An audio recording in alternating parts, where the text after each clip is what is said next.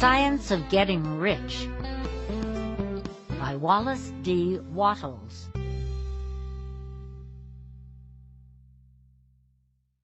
Preface. This book is pragmatical, not philosophical. A practical manual, not a treatise upon theories.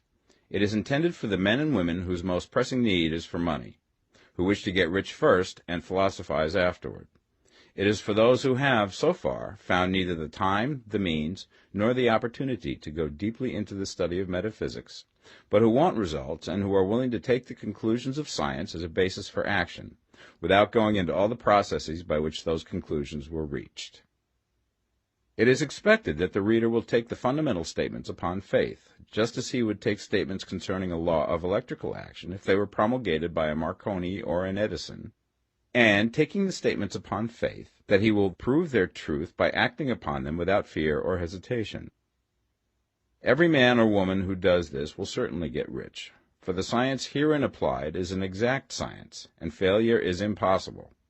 For the benefit, however, of those who wish to investigate philosophical theories and so secure a logical basis for faith, I will here cite certain authorities. The monistic theory of the universe, the theory that one is all and that all is one, that one substance manifests itself as the seeming many elements of the material world, is of Hindu origin and has been gradually winning its way into the thought of the Western world for 200 years. It is the foundation of all the Oriental philosophies and of those of Descartes, Spinoza, Leibniz, Schopenhauer, Hegel, and Emerson. The reader who would dig to the philosophical foundations of this is advised to read Hegel and Emerson for himself. In writing this book, I have sacrificed all other considerations to plainness and simplicity of style, so that all might understand. The plan of action laid down herein was deduced from the conclusions of philosophy. It has been thoroughly tested and bears the supreme test of practical experiment. It works. If you wish to know how the conclusions were arrived at, read the writings of the authors mentioned above. And if you wish to reap the fruits of their philosophies in actual practice, read this book and do exactly as it tells you to do. The author. Chapter 1. The Right to be Rich. Whatever may be said in praise of poverty, the fact remains that it is not possible to live a really complete or successful life unless one is rich. No man can rise to his greatest possible height in talent or soul development unless he has plenty of money. For to unfold the soul and to develop talent he must have many things to use, and he cannot have these things unless he has money to buy them with. A man develops in mind, soul, and body by making use of these things, and society is so organized that man must have money in order to become the possessor of things. Therefore, the basis of all advancement for man must be the science of getting rich. The object of all life is development, and everything that lives has an inalienable right to all the development it is capable of attaining. Man's right to life means his right to have the free and unrestricted use of all things which may be necessary to his fullest mental, spiritual, and physical unfoldment, or, in other words, his right to be rich.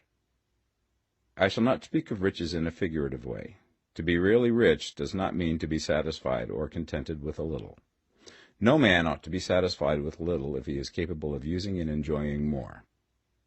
The purpose of nature is the advancement and unfoldment of life, and every man should have all that can contribute to the power, elegance, beauty, and richness of life. To be content with less is sinful. The man who owns all he wants for the living of all the life he is capable of living is rich, and no man who has not plenty of money can have all he wants. Life has advanced so far and become so complex that even the most ordinary man or woman requires a great amount of wealth in order to live in a manner that even approaches completeness. Every person naturally wants to become all that they are capable of becoming. This desire to realize innate possibilities is inherent in human nature. We cannot help wanting to be all that we can be.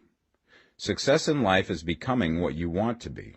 You can become what you want to be only by making use of things, and you can have the free use of things only as you become rich enough to buy them. To understand the science of getting rich is therefore the most essential of all knowledge. There is nothing wrong in wanting to get rich. The desire for riches is really the desire for a richer, fuller, and more abundant life, and that desire is praiseworthy. The man who does not desire to live more abundantly is abnormal, and so the man who does not desire to have money enough to buy all he wants is abnormal. There are three motives for which we live. We live for the body, we live for the mind, we live for the soul. No one of these is better or holier than the other. All are alike desirable, and no one of the three, body, mind, or soul, can live fully if either of the others is cut short of full life and expression. It is not right or noble to live only for the soul and deny mind or body, and it is wrong to live for the intellect and deny body or soul. We are all acquainted with the loathsome consequences of living for the body and denying both mind and soul, and we see that real life means the complete expression of all that man can give forth through body, mind, and soul.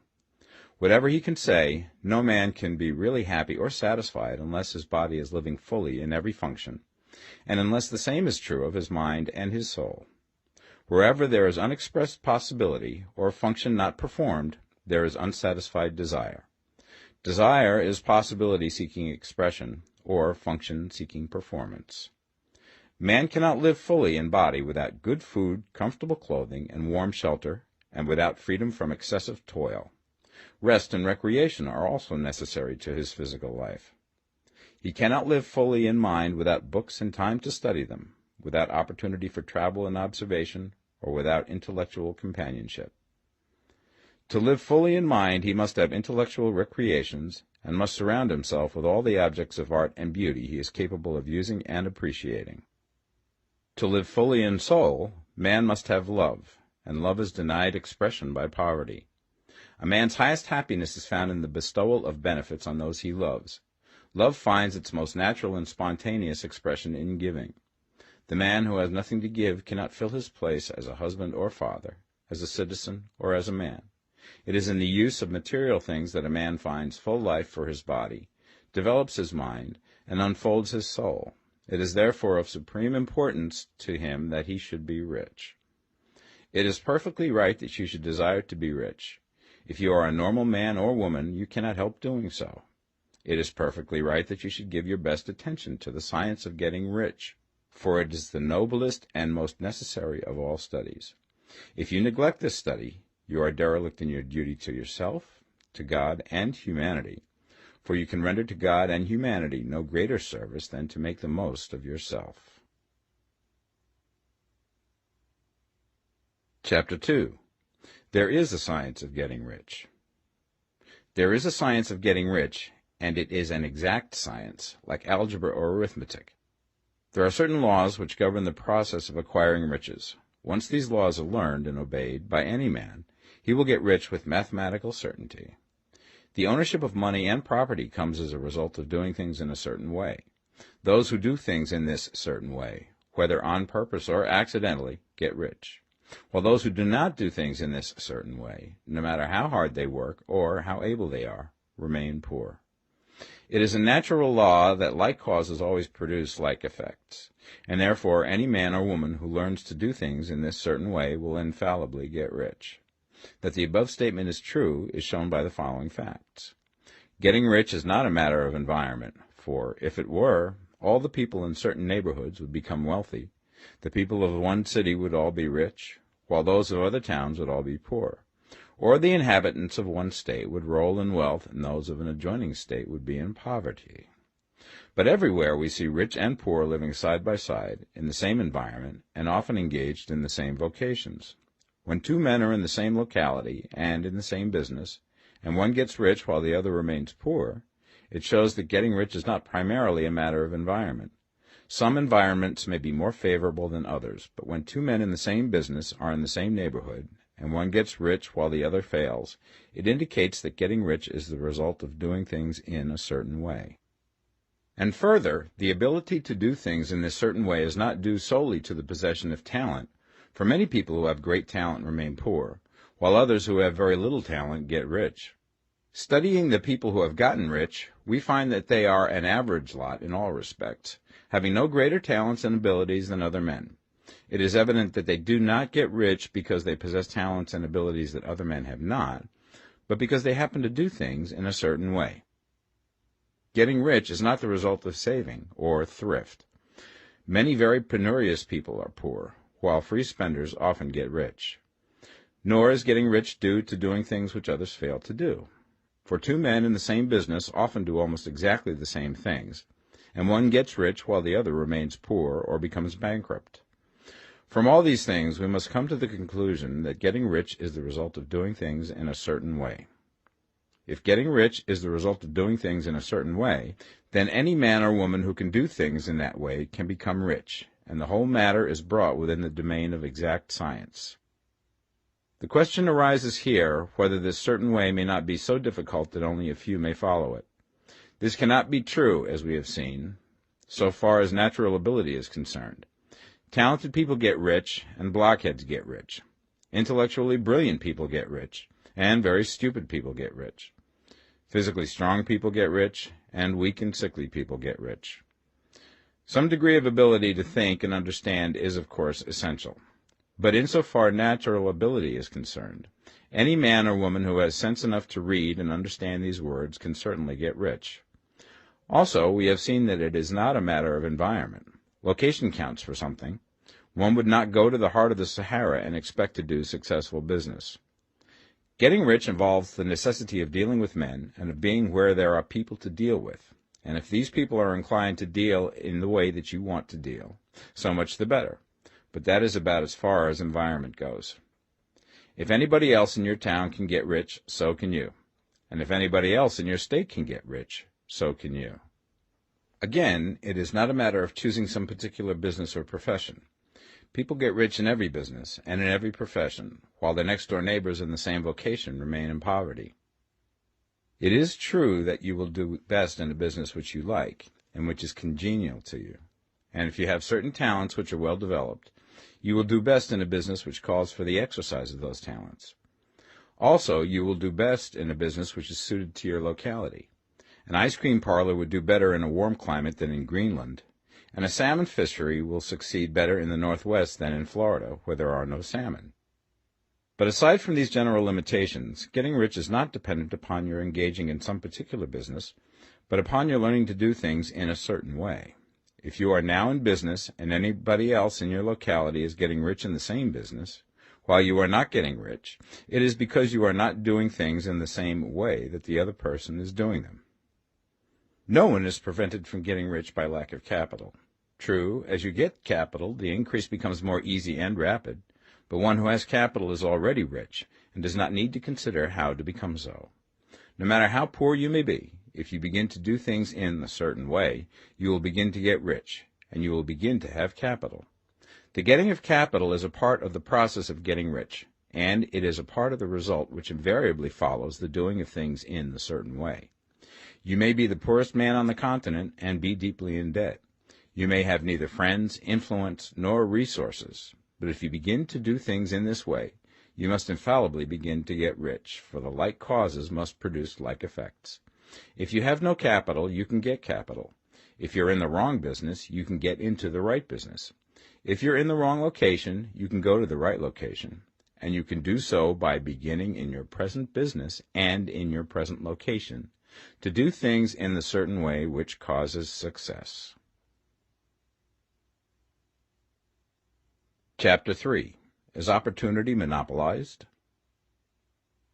No man is kept poor because opportunity has been taken away from him, because other people have monopolized the wealth and have put a fence around it. You may be shut off from engaging in business in certain lines, but there are other channels open to you. Probably it would be hard for you to get control of any of the great railroad systems. That field is pretty well monopolized, but the electric railway business is still in its infancy and offers plenty of scope for enterprise, and it will be but a very few years until traffic and transportation through the air will become a great industry, and in all its branches will give employment to hundreds of thousands and perhaps to millions of people. Why not turn your attention to the development of aerial transportation, instead of competing with J.J. Hill and others for a chance in the steam railway world? It is quite true that if you are a working man in the employ of the Steel Trust, you have very little chance of becoming the owner of the plant in which you work. But it is also true that if you will commence to act in a certain way, You can soon leave the employ of the Steel Trust. You can buy a farm from 10 to 40 acres and engage in business as a producer of foodstuffs. There is great opportunity at this time for men who will live upon small tracts of land and cultivate the same intensively. Such men will certainly get rich. You may say that it is impossible for you to get the land, but I'm going to prove to you that it is not impossible, and that you can certainly get a farm if you will go to work in a certain way. At different periods, the tide of opportunity sets in different directions, according to the needs of the whole, and the particular stage of social evolution which has been reached. At present, in America, it is setting towards agricultural and the allied industries and professions. Today, opportunity is open before the factory worker in his line. It is open before the businessman who supplies the farmer more than before the one who supplies the factory worker, and before the professional man who waits upon the farmer more than before the one who serves the working class. There is an abundance of opportunity for the man who will go with the tide instead of trying to swim against it. So the factory workers, either as individuals or as a class, are not deprived of opportunity. The workers are not being kept down by their masters. They are not being ground by the trusts and combinations of capital. As a class, they are where they are because they do not do things in a certain way. If the workers of America chose to do so, they could follow the example of their brothers in Belgium and other countries and establish great department stores and cooperative industries. They could elect men of their own class to office and pass laws favoring the development of such cooperative industries, and in a few years they could take peaceable possession of the industrial field. The working class may become the master class whenever they will begin to do things in a certain way. The law of wealth is the same for them as it is for all others. This they must learn, and they will remain where they are as long as they continue to do as they do. The individual worker, however, is not held down by the ignorance or the mental slothfulness of his class. He can follow the tide of opportunity to riches, and this book will tell him how. No one is kept in poverty by a shortness in the supply of riches. There is more than enough for all. A palace as large as the Capitol in Washington might be built for every family on earth from the building material in the United States alone, and under intensive cultivation, this country would produce wool, cotton, linen, and silk enough to clothe each person in the world finer than Solomon was arrayed in all his glory, together with food enough to feed them all luxuriously. The visible supply is practically inexhaustible, and the invisible supply really is inexhaustible. Everything you see on earth is made from one original substance, out of which all things proceed. New forms are constantly being made, and older ones are dissolving, but all are shapes assumed by one thing. There is no limit to the supply of formless stuff or original substance. The universe is made out of it, but it was not all used in making the universe. The spaces in, through, and between the forms of the visible universe are permeated and filled with the original substance, with the formless stuff, with the raw material of all things. 10,000 times as much has been made might still be made, and even then we should not have exhausted the supply of universal raw material. No man, therefore, is poor because nature is poor, or because there is not enough to go around. Nature is an inexhaustible storehouse of riches. The supply will never run short. Original substance is alive with creative energy and is constantly producing more forms. When the supply of building material is exhausted, more will be produced. When the soil is exhausted so that foodstuffs and materials for clothing will no longer grow upon it, it will be renewed or more soil will be made. When all the gold and silver has been dug from the earth, if man is still in such a stage of social development that he needs gold and silver, more will be produced from the formless. The formless stuff responds to the needs of man. It will not let him be without any good thing. This is true of man collectively. The race as a whole is always abundantly rich, and if individuals are poor, it is because they do not follow the certain way of doing things which makes the individual man rich. The formless stuff is intelligent. It is stuff which thinks. It is alive, and is always impelled towards more life. It is the natural and inherent impulse of life to seek to live more. It is the nature of intelligence to enlarge itself, and of consciousness to seek to extend its boundaries and find fuller expression. The universe of forms has been made by formless living substance, throwing itself into form in order to express itself more fully. The universe is a great living presence, always moving inherently towards more life and fuller functioning. Nature is formed for the advancement of life. Its impelling motive is the increase of life. For this cause, everything which can possibly minister to life is bountifully provided. There can be no lack unless God is to contradict himself and nullify his own works. You are not kept poor by lack in the supply of riches. It is a fact which I shall demonstrate a little further on, that even the resources of the formless supply are at the command of the man or woman who will act and think in a certain way. Chapter 4. The first principle in the science of getting rich.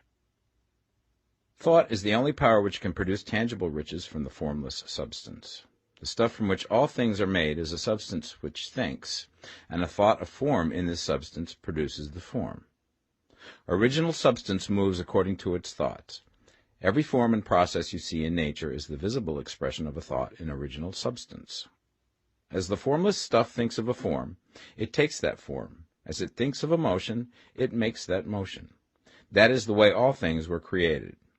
We live in a thought world, which is part of a thought universe.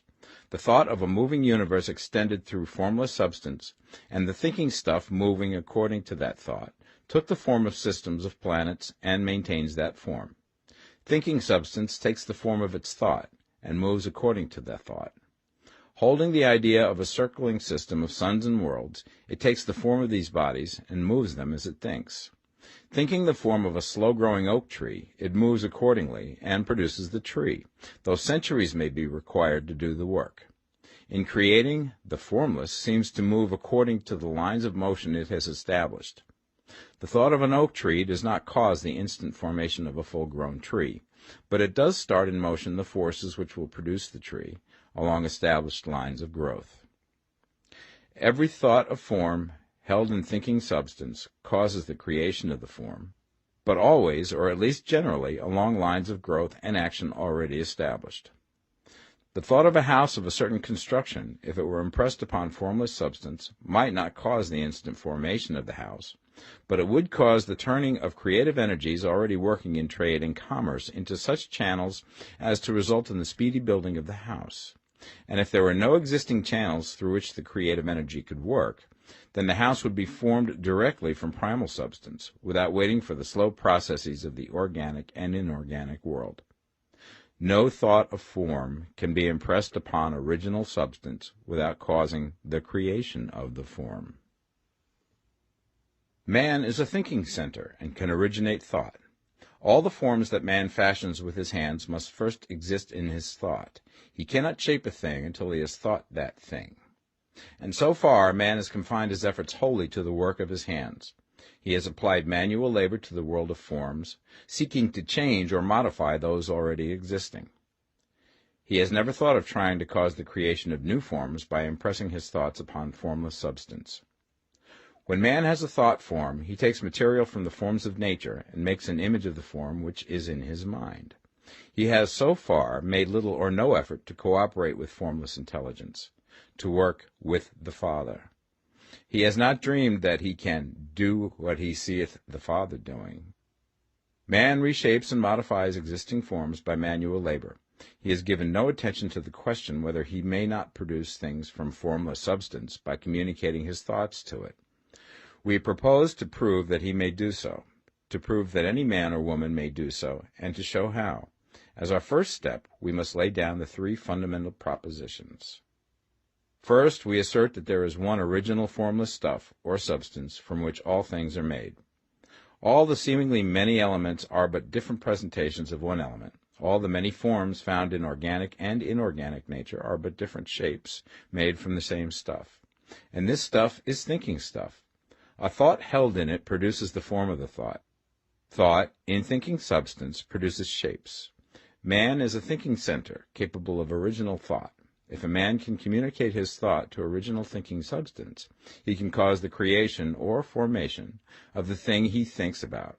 To summarize this, there is a thinking stuff from which all things are made, and which, in its original state, permeates, penetrates, and fills the interspaces of the universe. A thought in this substance produces the thing that is imaged by the thought. Man can form things in his thought, and, by impressing his thought upon formless substance, can cause the thing he thinks about to be created. It may be asked if I can prove these statements, and without going into details, I answer that I can do so, both by logic and experience. Reasoning back from the phenomena of form and thought, I come to one original thinking substance, and reasoning forward from that thinking substance, I come to man's power to cause the formation of the thing he thinks about.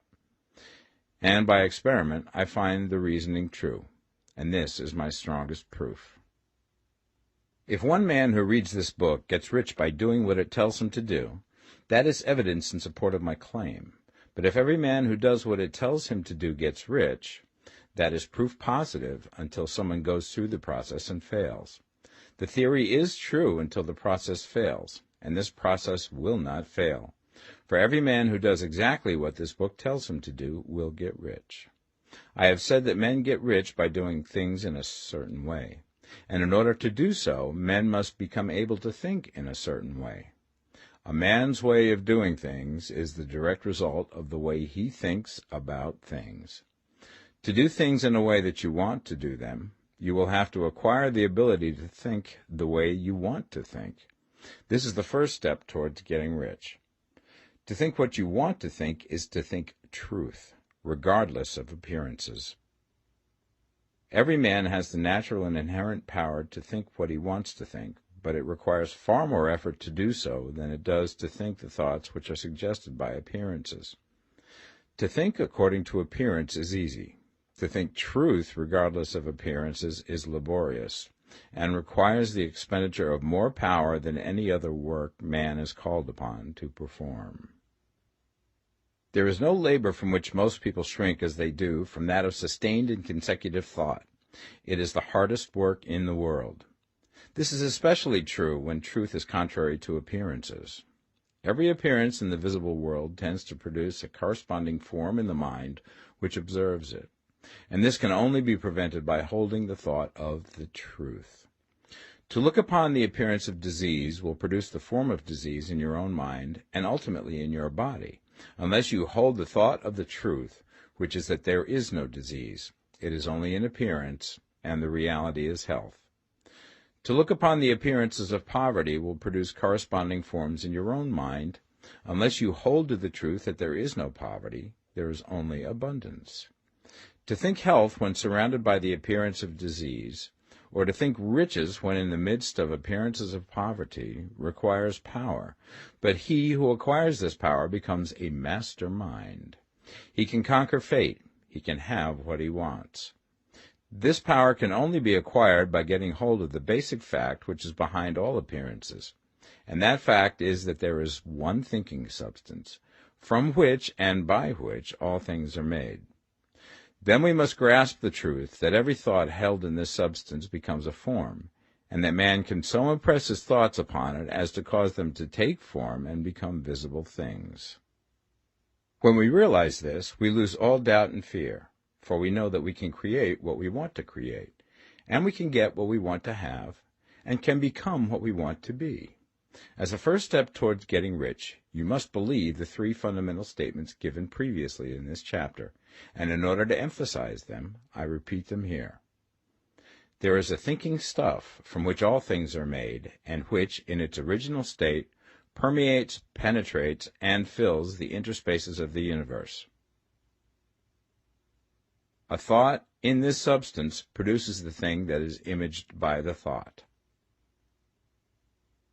Man can form things in his thought, and, by impressing his thought upon formless substance, can cause the thing he thinks about to be created.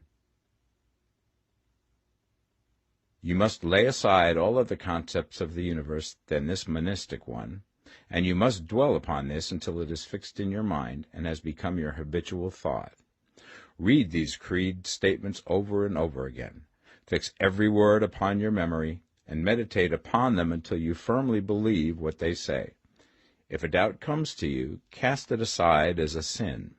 Do not listen to arguments against this idea. Do not go to churches or lectures where a contrary concept of things is taught or preached. Do not read magazines or books which teach a different idea. If you get mixed up in your faith, all your efforts will be in vain. Do not ask why these things are true, nor speculate as to how they can be true. Simply take them on trust. The science of getting rich begins with the absolute acceptance of this faith. Chapter 5. Increasing Life. You must get rid of the last vestige of the old idea that there is a deity whose will it is that you should be poor, or whose purposes may be served by keeping you in poverty.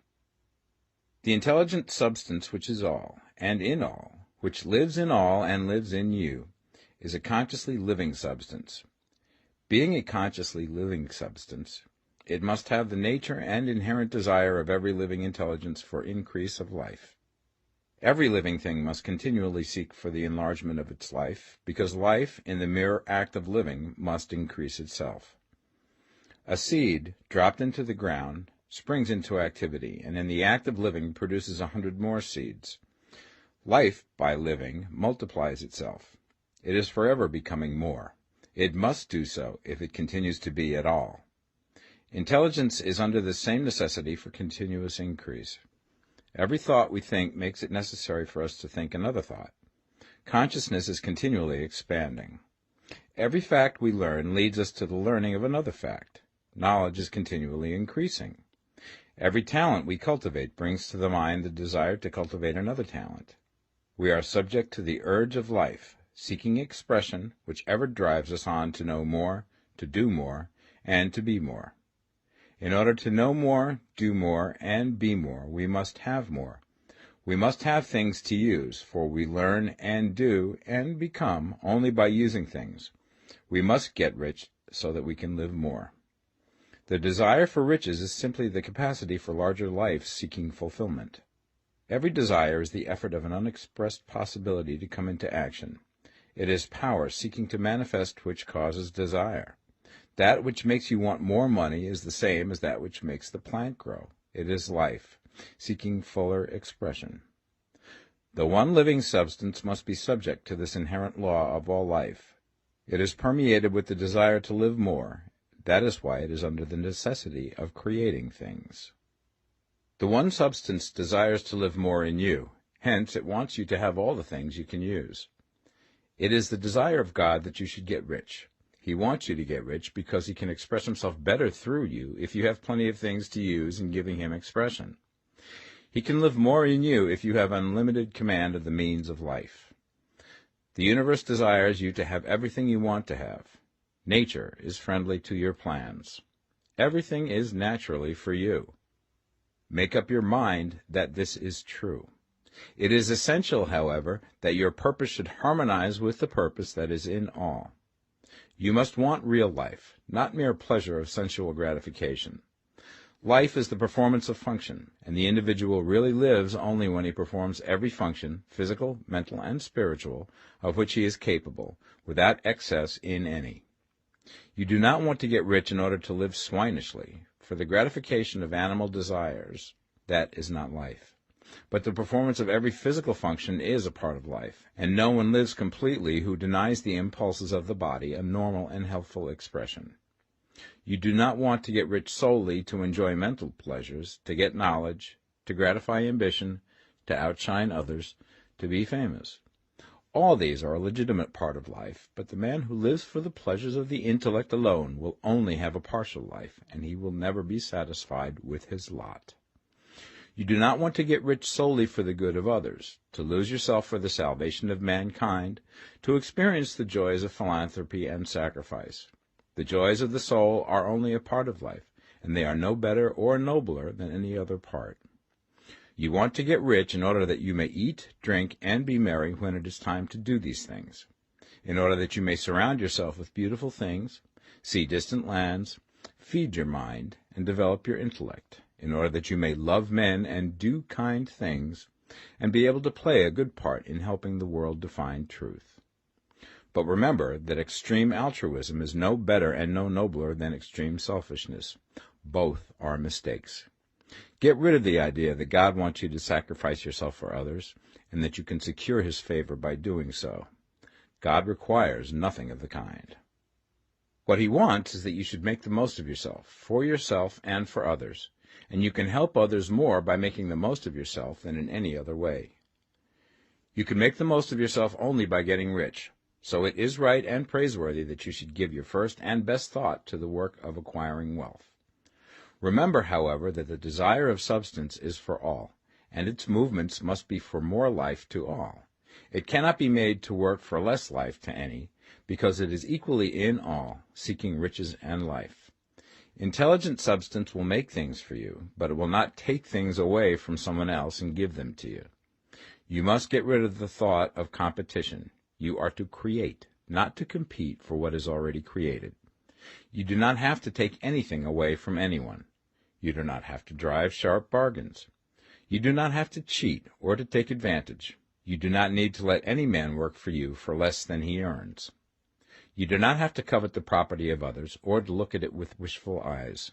No man has anything of which you cannot have the like, and that without taking what he has away from him. You are to become a creator, not a competitor. You are going to get what you want, but in such a way that when you get it, every other man will have more than he has now. I am aware that there are men who get a vast amount of money by proceeding in direct opposition to the statements in the paragraph above, and may add a word of explanation here. Men of the plutocratic type, who become very rich, do so sometimes purely by their extraordinary ability on the plane of competition, and sometimes they unconsciously relate themselves to substance and its great purposes and movements for the general racial upbuilding through industrial evolution. Rockefeller, Carnegie, Morgan, et al. Have been the unconscious agents of the supreme in the necessary work of systematizing and organizing productive industry, and, in the end, their work will contribute immensely towards increased life for all. Their day is nearly over, they have organized production, and will soon be succeeded by the agents of the multitude, who will organize the machinery of distribution. The multimillionaires are like the monster reptiles of the prehistoric eras.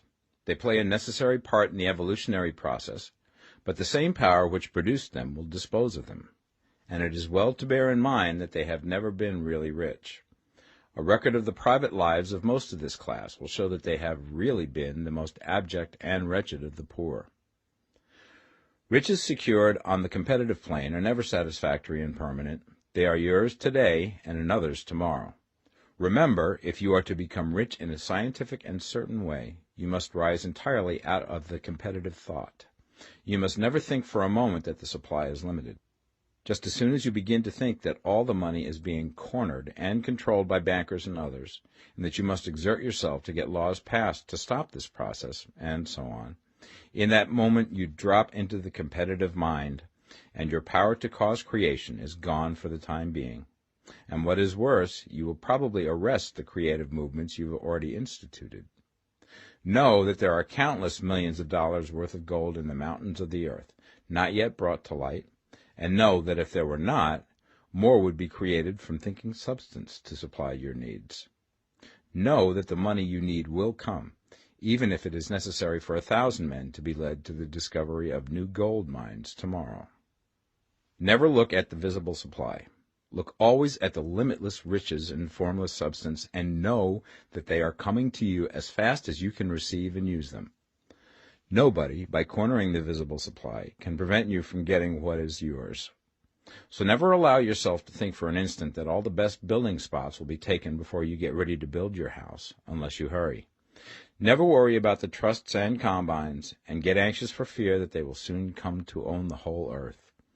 Never get afraid that you will lose what you want because some other person beat you to it. That cannot possibly happen. You are not seeking anything that is possessed by anybody else. You are causing what you want to be created from formless substance, and the supply is without limits. Stick to the formulated statement. There is a thinking stuff from which all things are made, and which, in its original state, permeates, penetrates, and fills the interspaces of the universe. A thought in this substance produces the thing that is imaged by the thought. Man can form things in his thought, and by impressing his thought upon formless substance, can cause the thing he thinks about to be created. Chapter 6. How riches come to you. When I say that you do not have to drive sharp bargains, I do not mean that you do not have to drive any bargains at all, or that you are above the necessity for having any dealings with your fellow men. I mean that you will not need to deal with them unfairly. You do not have to get something for nothing, but can give to every man more than you take from him. You cannot give every man more in cash market value than you take from him, but you can give him more in use value than the cash value of the thing you take from him. The paper, ink, and other material in this book may not be worth the money you pay for it, but if the ideas suggested by it bring you thousands of dollars, you have not been wronged by those who sold it to you. They have given you a great use value for a small cash value. Let us suppose that I own a picture by one of the great artists, which in any civilized community is worth thousands of dollars. I take it to Baffin Ray, and by salesmanship induce an Eskimo to give a bundle of furs worth $500 for it. I have really wronged him, for he has no use for the picture. It has no value to him. It will not add to his life. But suppose I give him a gun worth $50 for his furs. Then he has made a good bargain. He has use for the gun. It will get him many more furs and much food. It will add to his life in every way. It will make him rich. When you rise from the competitive to the creative plane, you can scan your business transactions very strictly, and if you are selling any man anything which does not add more to his life than the thing he gives you in exchange, you can afford to stop it. You do not have to beat anybody in business, and if you are in a business which does beat people, get out of it at once. Give every man more in use value than you take from him in cash value. Then you are adding to the life of the world by every business transaction.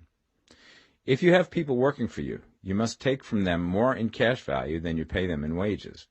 But you can so organize your business that it will be filled with the principle of advancement, and so that each employee who wishes to do so may advance a little every day.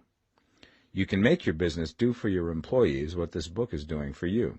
You can so conduct your business that it will be a sort of ladder, by which every employee who will take the trouble may climb to riches himself, and, given the opportunity, if he will not do so, it is not your fault. And finally, because you are to cause the creation of your riches from formless substance which permeates all your environment, it does not follow that they are to take shape from the atmosphere and come into being before your eyes. If you want a sewing machine, for instance, I do not mean to tell you that you are to impress the thought of a sewing machine on thinking substance until the machine is formed without hands, in the room where you sit or elsewhere. But if you want a sewing machine, hold the mental image of it with the most positive certainty that it is being made, or is on its way to you. After once forming the thought, have the most absolute and unquestioning faith that the sewing machine is coming. Never think of it, or speak of it, in any other way than as being sure to arrive. Claim it as already yours. It will be brought to you by the power of the Supreme Intelligence, acting upon the minds of men. If you live in Maine, it may be that a man will be brought from Texas or Japan to engage in some transaction which will result in your getting what you want. If so, the whole matter will be as much to that man's advantage as it is to yours. Do not forget for a moment that the thinking substance is through all, in all, communicating with all, and can influence all. The desire of thinking substance for a fuller life and better living has caused the creation of all the sewing machines already made, and it can cause the creation of millions more, and will, whenever men set it in motion by desire and faith, and by acting in a certain way. You can certainly have a sewing machine in your house, and it is just as certain that you can have any other thing or things which you want, and which you will use for the advancement of your own life and the lives of others. You need not hesitate about asking largely. It is your Father's pleasure to give you the kingdom, said Jesus. Original substance wants to live all that is possible in you, and wants you to have all that you can or will use for the living of the most abundant life. If you fix upon your consciousness the fact that the desire you feel for the possession of riches is one with the desire of omnipotence for more complete expression, your faith becomes invincible. Once I saw a little boy sitting at a piano, and vainly tried to bring harmony out of the keys, and I saw that he was grieved and provoked by his inability to play real music. I asked him the cause of his vexation, and he answered, "I can feel the music in me, but I can't make my hands go right." The music in him was the urge of original substance, containing all the possibilities of all life. All that there is of music was seeking expression through the child. God, the one substance, is trying to live and do and enjoy things through humanity. He is saying, I want hands to build wonderful structures, to play divine harmonies, to paint glorious pictures. I want feet to run my errands, eyes to see my beauties, tongues to tell mighty truths and to sing marvelous songs, and so on. All that there is of possibility is seeking expression through men. God wants those who can play music to have pianos and every other instrument, and to have the means to cultivate their talents to the fullest extent. He wants those who can appreciate beauty to be able to surround themselves with beautiful things. He wants those who can discern truth to have every opportunity to travel and observe. He wants those who can appreciate dress to be beautifully clothed, and those who can appreciate good food to be luxuriously fed. He wants all these things because it is himself that enjoys and appreciates them. It is God who wants to play and sing and enjoy beauty and proclaim truth and wear fine clothes and eat good food. It is God that worketh in you to will and to do, said Paul. The desire you feel for riches is the infinite, seeking to express himself in you as he sought to find expression in the little boy at the piano. So you need not hesitate to ask largely. Your part is to focalize and express the desire to God. This is a difficult point with most people. They retain some of the old idea that poverty and self-sacrifice are pleasing to God. They look upon poverty as a part of the plan, a necessity of nature. They have the idea that God has finished his work and made all that he can make, and that the majority of men must stay poor because there is not enough to go around. They hold to so much of this erroneous thought that they feel ashamed to ask for wealth. They try not to want more than a very modest competence, just enough to make them fairly comfortable. I recall now the case of one student who was told that he must get in mind a clear picture of the things he desired, so that the creative thought of them might be impressed upon formless substance. He was a very poor man, living in a rented house, and having only what he earned from day to day, and he could not grasp the fact that all wealth was his. So, after thinking the matter over, he decided that he might reasonably ask for a new rug for the floor of his best room, and an anthracite coal stove to heat the house during the cold weather.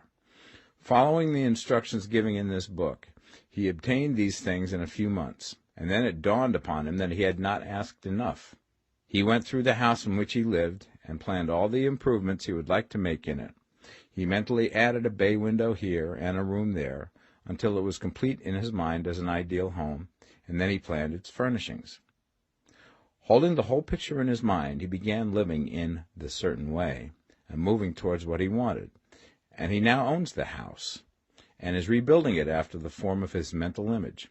And now, with still larger faith, he is going to get greater things. It has been unto him according to his faith, and it is so with you and with all of us. Chapter 7. Gratitude.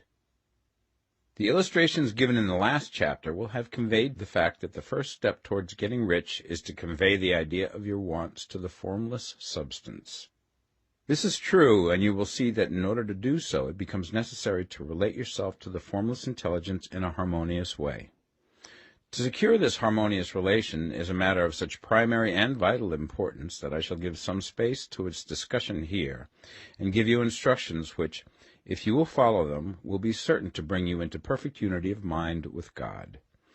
The whole process of mental adjustment and atonement can be summed up in one word: gratitude. First, you believe that there is one intelligent substance from which all things proceed. Second, you believe that this substance gives you everything you desire. And third, you relate yourself to it by a feeling of deep and profound gratitude. Many people who order their lives rightly in all other ways are kept in poverty by their lack of gratitude. Having received one gift from God, they cut the wires which connect them with him by failing to make acknowledgment. It is easy to understand that the nearer we live to the source of wealth, the more wealth we shall receive. And it is easy also to understand that the soul that is always grateful lives in closer touch with God than the one which never looks to him in thankful acknowledgment. The more gratefully we fix our minds on the Supreme when good things come to us, the more good things we will receive, and the more rapidly they will come. And the reason simply is that the mental attitude of gratitude draws the mind into closer touch with the source from which the blessings come. If it is a new thought to you that gratitude brings your whole mind into closer harmony with the creative energies of the universe, consider it well, and you will see that it is true. The good things you already have come to you along the line of obedience to certain laws. Gratitude will lead your mind out along the ways by which things come, and it will keep you in close harmony with creative thought and prevent you from falling into competitive thought. Gratitude alone can keep you looking towards the all, and prevent you from falling into the error of thinking of the supply as limited, and to do that would be fatal to your hopes. There is a law of gratitude, and it is absolutely necessary that you should observe the law if you are to get the results you seek. The law of gratitude is the natural principle that action and reaction are always equal, and in opposite directions. The grateful outreaching of your mind in thankful praise to the Supreme is a liberation or expenditure of force. It cannot fail to reach that to which it is addressed, and the reaction is an instantaneous movement towards you.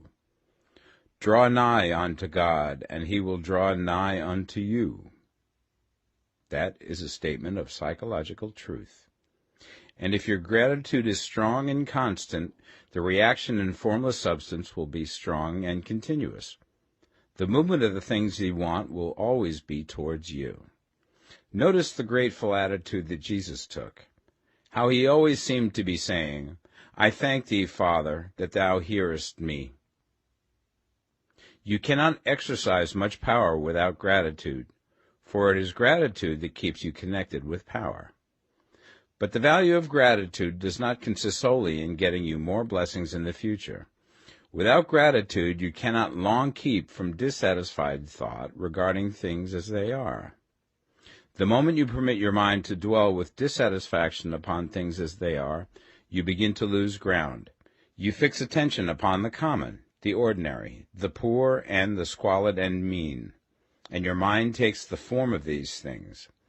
Then you will transmit these forms or mental images to the formless, and the common, the poor, the squalid, and mean will come to you. To permit your mind to dwell upon the inferior is to become inferior, and to surround yourself with inferior things. On the other hand, to fix your attention on the best is to surround yourself with the best, and to become the best. The creative power within us makes us into the image of that to which we give our attention.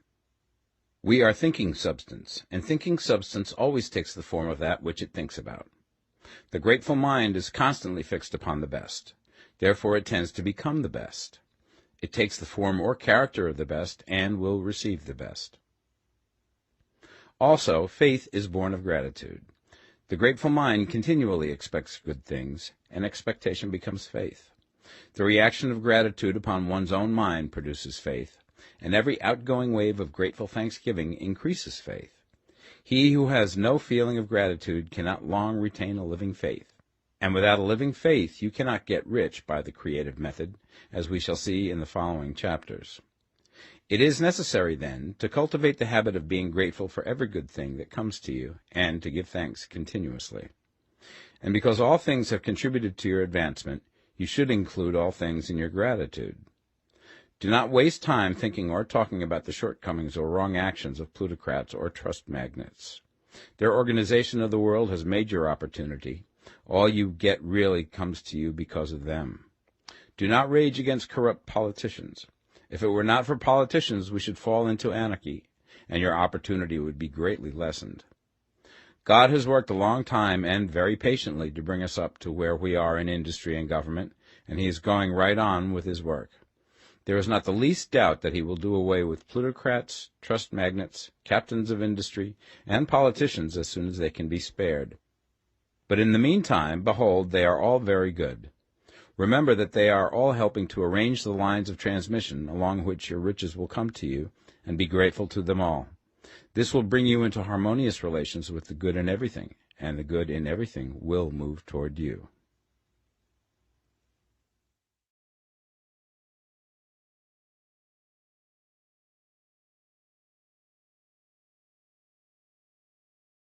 The Science of Getting Rich, Part 2. Chapter 8.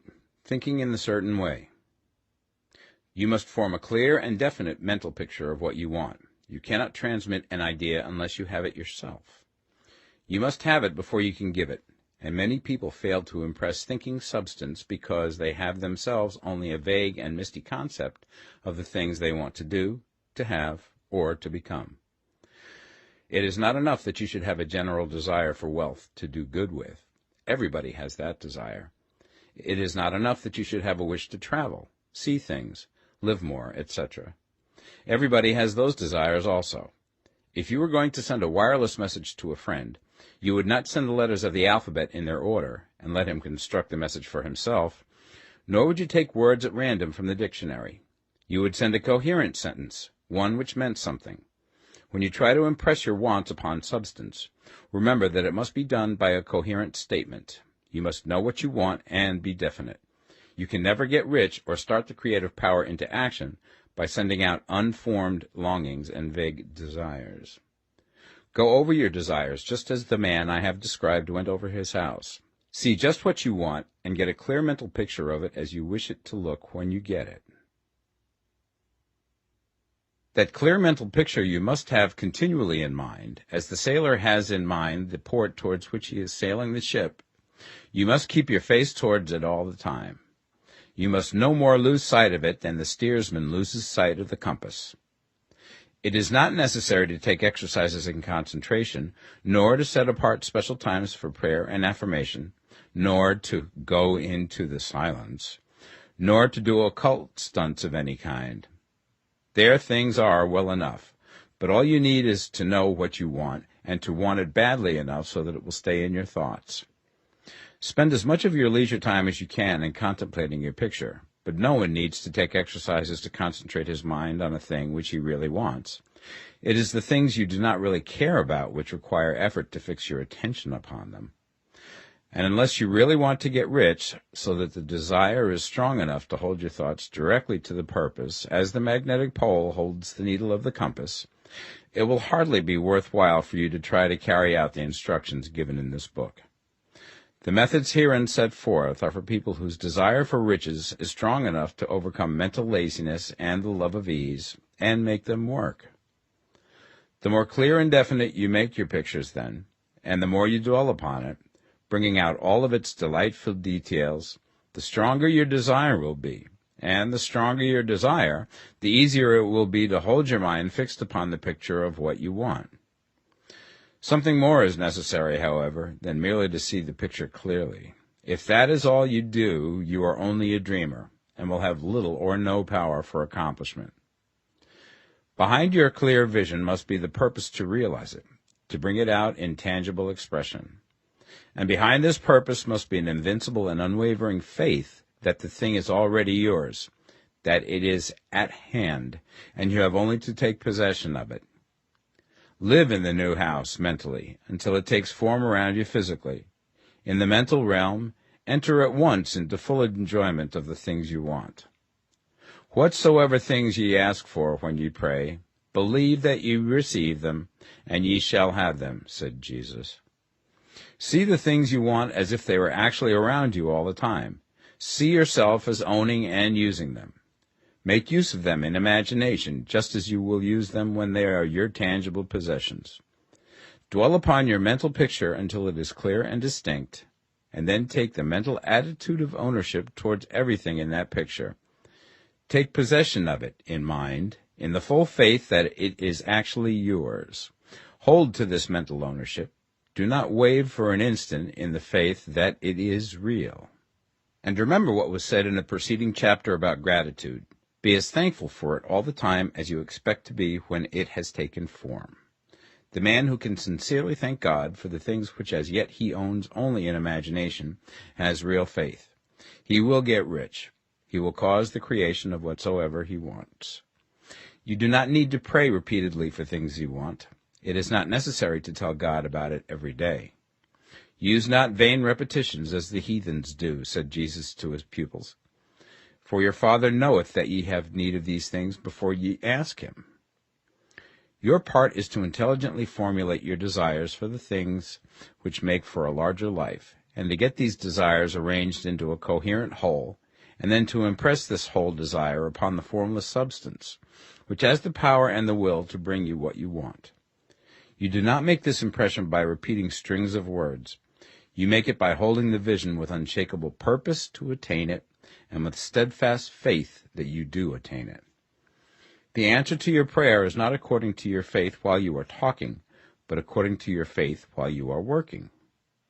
You cannot impress the mind of God by having a special Sabbath day set apart to tell him what you want, and then forgetting him during the rest of the week. You cannot impress him by having special hours to go into your closet and pray, if you then dismiss the matter from your mind until the hour of prayer comes again. Oral prayer is well enough, and has its effect, especially upon yourself, in clarifying your vision and strengthening your faith. But it is not your oral petitions which get you what you want. In order to get rich, you do not need a sweet hour of prayer. You need to pray without ceasing. And by prayer I mean holding steadily to your vision, with the purpose to cause its creation into solid form, and the faith that you are doing so. Believe that ye receive them. The whole matter turns on receiving, once you have clearly formed your vision. When you have formed it, it is well to make an oral statement, addressing the Supreme in reverent prayer, and from that moment you must, in mind, receive what you ask for. Live in the new house, wear the fine clothes, ride in the automobile, go on the journey, and confidently plan for greater journeys. Think and speak of all things you have asked for in terms of actual present ownership. Imagine an environment and a financial condition exactly as you want them, and live all the time in that imaginary environment and financial condition. Mind, however, that you do not do this as a mere dreamer and castle builder. Hold to the faith that the imaginary is being realized, and to the purpose to realize it. Remember that it is faith and purpose in the use of imagination which makes the difference between the scientist and the dreamer. And having learned this fact, it is here that you must learn the proper use of the will. Chapter 9. How to Use the Will. To set about getting rich in a scientific way, you do not try to apply your willpower to anything outside of yourself. You have no right to do so anyway. It is wrong to apply your will to other men and women in order to get them to do what you wish done. It is as flagrantly wrong to coerce people by mental power as it is to coerce them by physical power. If compelling people by physical force to do things for you reduces them to slavery, compelling them by mental means accomplishes exactly the same thing. The only difference is in methods. If taking things from people by physical force is robbery, then taking things by mental force is robbery also. There is no difference in principle. You have no right to use your willpower upon another person, even for his own good, for you do not know what is for his good. The science of getting rich does not require you to apply power or force to any other person in any way whatsoever. There is not the slightest necessity for doing so. Indeed, any attempt to use your will upon others will only tend to defeat your purpose. You do not need to apply your will to things in order to compel them to come to you. That would simply be trying to coerce God, and would be foolish and useless, as well as irreverent. You do not have to compel God to give you good things, any more than you have to use your willpower to make the sun rise. You do not have to use your willpower to conquer an unfriendly deity, or to make stubborn and rebellious forces do your bidding. Substance is friendly to you, and is more anxious to give you what you want than you are to get it. To get rich, you need only to use your willpower upon yourself. When you know what to think and do, then you must use your will to compel yourself to think and do the right things. That is the legitimate use of the will in getting what you want, to use it in holding yourself to the right course. Use your will to keep yourself thinking and acting in the certain way. Do not try to project your will or thoughts or your mind out into space to act on things or people. Keep your mind at home. It can accomplish more there than elsewhere. Use your mind to form a mental image of what you want, and to hold that vision with faith and purpose, and use your will to keep your mind working in the right way. The more steady and continuous your faith and purpose, the more rapidly you will get rich, because you will make only positive impressions upon substance, and you will not neutralize or offset them by negative impressions. The picture of your desires, held with faith and purpose, is taken up by the formless, and permeates it to great distances throughout the universe, for all I know. As this impression spreads, all things are set moving towards its realizations. Every living thing, every inanimate thing, and the things yet uncreated, are stirred towards bringing into being that which you want. All forces begin to be exerted in that direction. All things begin to move towards you. The minds of people everywhere are influenced towards doing the things necessary to the fulfilling of your desires, and they work for you unconsciously. But you can check all this by starting a negative impression in the formless substance. Doubt or unbelief is as certain to start a movement away from you as faith and purpose are to start one toward you.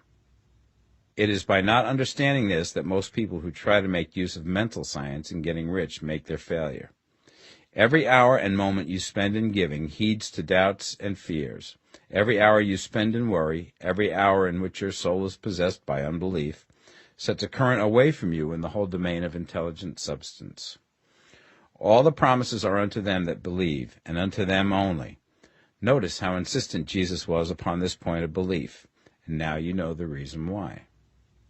Since belief is all important, it behooves you to guard your thoughts, and as your beliefs will be shaped to a very great extent by the things you observe and think about, it is important that you should command your attention. And here the will comes into use, for it is by your will that you determine upon what things your attention shall be fixed. If you want to become rich, you must not make a study of poverty. Things are not brought into being by thinking about their opposites. Health is never to be attained by studying disease and thinking about disease. Righteousness is not to be promoted by studying sin and thinking about sin. And no one ever got rich by studying poverty and thinking about poverty. Medicine as a science of disease has increased disease. Religion as a science of sin has promoted sin. And economics as a study of poverty will fill the world with wretchedness and want. Do not talk about poverty. Do not investigate it or concern yourself with it. Never mind what its causes are. You have nothing to do with them. What concerns you is the cure. Do not spend your time in charitable work or charity movements. All charity only tends to perpetuate the wretchedness it aims to eradicate. I do not say that you should be hard-hearted or unkind and refuse to hear the cry of need, but you must not try to eradicate poverty in any of the conventional ways. Put poverty behind you, and put all that pertains to it behind you, and make good. Get rich. That is the best way you can help the poor. And you cannot hold the mental image which is to make you rich if you fill your mind with pictures of poverty. Do not read books or papers which give circumstantial accounts of the wretchedness of the tenement dwellers, of the horrors of child labor, and so on. Do not read anything which fills your mind with gloomy images of want and suffering. You cannot help the poor in the least by knowing about these things, and the widespread knowledge of them does not tend at all to do away with poverty. What tends to do away with poverty is not getting the pictures of poverty into your mind, but getting pictures of wealth into the minds of the poor. You are not deserting the poor in their misery when you refuse to allow your mind to be filled with pictures of that misery. Poverty can be done away with, not by increasing the number of well-to-do people who think about poverty, but by increasing the number of poor people who purpose with faith to get rich.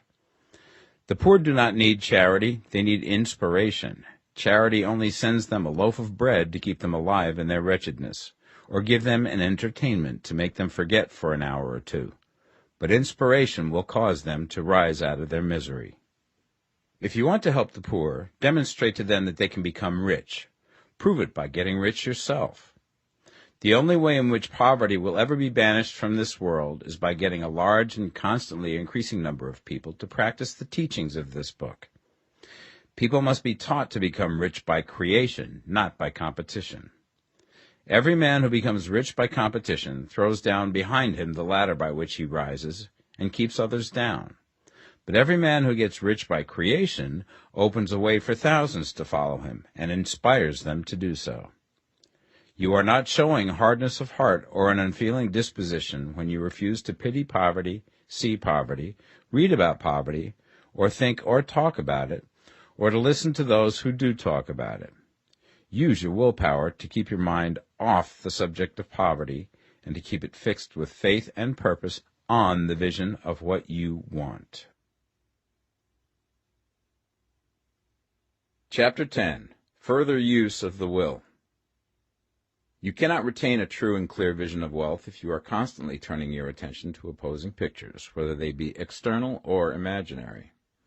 Do not tell of your past troubles of a financial nature, if you have had them. Do not think of them at all. Do not tell of the poverty of your parents, or the hardships of your early life. To do any of these things is to mentally class yourself with the poor for the time being, and it will certainly check the movement of things in your direction. Let the dead bury their dead, as Jesus said. Put poverty and all things that pertain to poverty completely behind you. You have accepted a certain theory of the universe as being correct, and are resting all your hopes of happiness on its being correct. And what can you gain by giving heed to conflicting theories? Do not read religious books which tell you that the world is soon coming to an end, and do not read the writing of muckrakers and pessimistic philosophers who tell you that it is going to the devil. The world is not going to the devil. It is going to God. It is wonderful becoming. True, there may be a good many things in existing conditions which are disagreeable, but what is the use of studying them when they are certainly passing away, and when the study of them only tends to check their passing and keep them with us?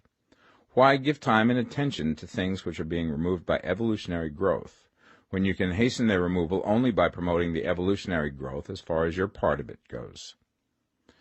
No matter how horrible and seeming may be the conditions in certain countries, sections, or places, you waste your time and destroy your own chances by considering them. You should interest yourself in the world's becoming rich.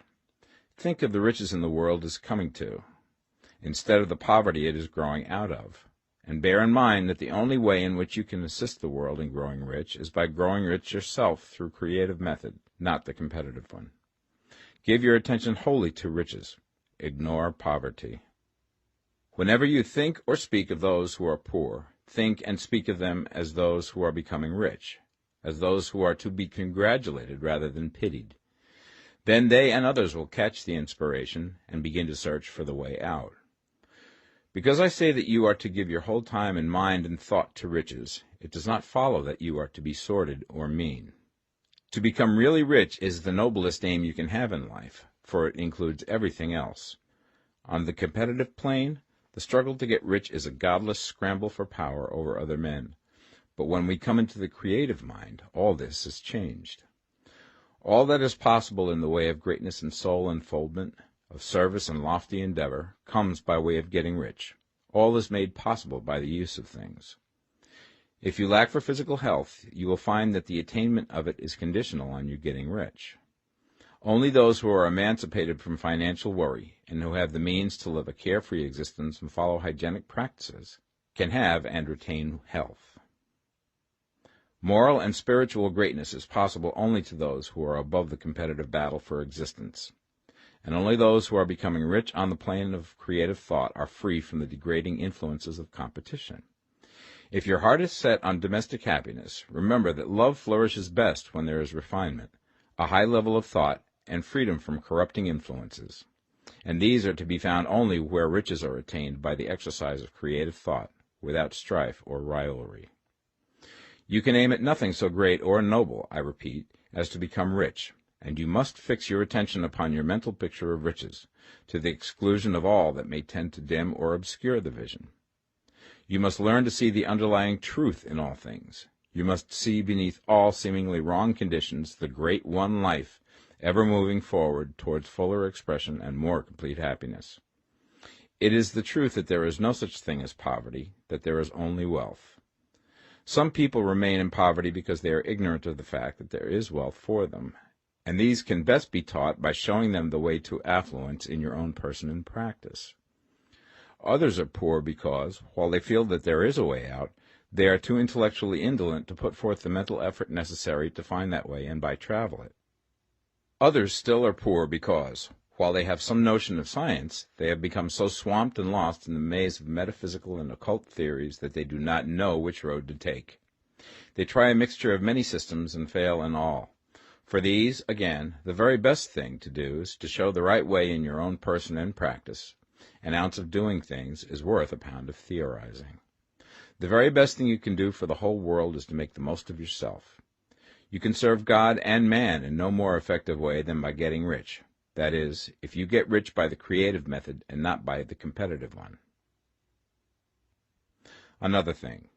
We assert that this book gives in detail the principles of the science of getting rich. And if that is true, you do not need to read any other book upon the subject. This may sound narrow and egotistical, but consider. There is no more scientific method of computation in mathematics than by addition, subtraction, multiplication, and division. No other method is possible. There can be but one shortest distance between 2 points. There is only one way to think scientifically, and that is to think in the way that leads by the most direct and simple route to the goal. No man has yet formulated a briefer or less complex system than the one set forth herein. It has been stripped of all non-essentials. When you commence on this, lay all others aside. Put them out of your mind altogether. Read this book every day. Keep it with you. Commit it to memory, and do not think about other systems and theories. If you do, you will begin to have doubts, and to be uncertain and wavering in your thought, and then you will begin to make failures.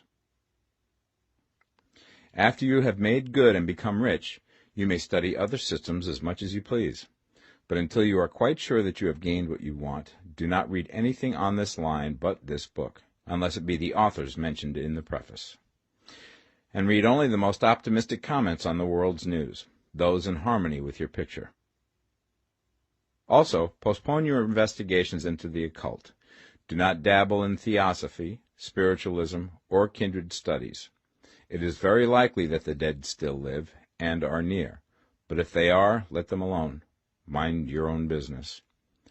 Wherever the spirits of the dead may be, they have their own work to do and their own problems to solve, and we have no right to interfere with them. We cannot help them, and it is very doubtful whether they can help us, or whether we have any right to trespass upon their time if they can. Let the dead and the hereafter alone, and solve your own problem. Get rich. If you begin to mix with the occult, you will start mental cross-currents which will surely bring your hopes to shipwreck. Now, this and the preceding chapters have brought us to the following statement of basic facts. There is a thinking stuff from which all things are made, and which, in its original state, permeates, penetrates, and fills the interspaces of the universe. A thought in this substance produces the thing that is imaged by the thought. Man can form things in his thought, and, by impressing his thought upon formless substance, can cause the thing he thinks about to be created. In order to do this, man must pass from the competitive to the creative mind. He must form a clear mental picture of the things he wants, and hold this picture in his thoughts with the fixed purpose to get what he wants, and the unwavering faith that he does get what he wants, closing his mind against all that may tend to shake his purpose, dim his vision, or quench his faith. And in addition to all this, we shall now see that he must live and act in a certain way. Chapter 11. Acting in the Certain Way. Thought is the creative power, or the impelling force which causes the creative power to act. Thinking in a certain way will bring riches to you, but you must not rely upon thought alone, paying no attention to personal action. That is the rock upon which many otherwise scientific metaphysical thinkers meet shipwreck, the failure to connect thought with personal action. We have not yet reached the stage of development, even supposing such a stage to be possible, in which man can create directly from formless substance without nature's processes or the work of human hands. Man must not only think, but his personal action must supplement his thought. By thought you can cause the gold in the hearts of the mountains to be impelled towards you, but it will not mine itself, refine itself, coin itself into double eagles, and come rolling along the roads seeking its way into your pocket. Under the impelling power of the Supreme Spirit, men's affairs will be so ordered that someone will be led to mine the gold for you. Other men's business transactions will be so directed that the gold will be brought toward you, and you must so arrange your own business affairs that you may be able to receive it when it comes to you. Your thought makes all things, animate and inanimate, work to bring you what you want, but your personal activity must be such that you can rightly receive what you want when it reaches you. You are not to take it as charity, nor to steal it.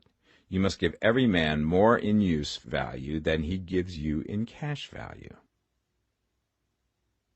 The scientific use of thought consists in forming a clear and distinct mental image of what you want, in holding fast to the purpose to get what you want, and in realizing with grateful faith that you do get what you want. Do not try to project your thought in any mysterious or occult way, with the idea of having it go out and do things for you. That is a wasted effort and will weaken your power to think with sanity. The action of thought in getting rich is fully explained in the preceding chapters. Your faith and purpose positively impress your vision upon formless substance, which has the same desire for more life that you have. And this vision, received from you, sets all the creative forces at work in and through their regular channels of action, but directed towards you. It is not your part to guide or supervise the creative process.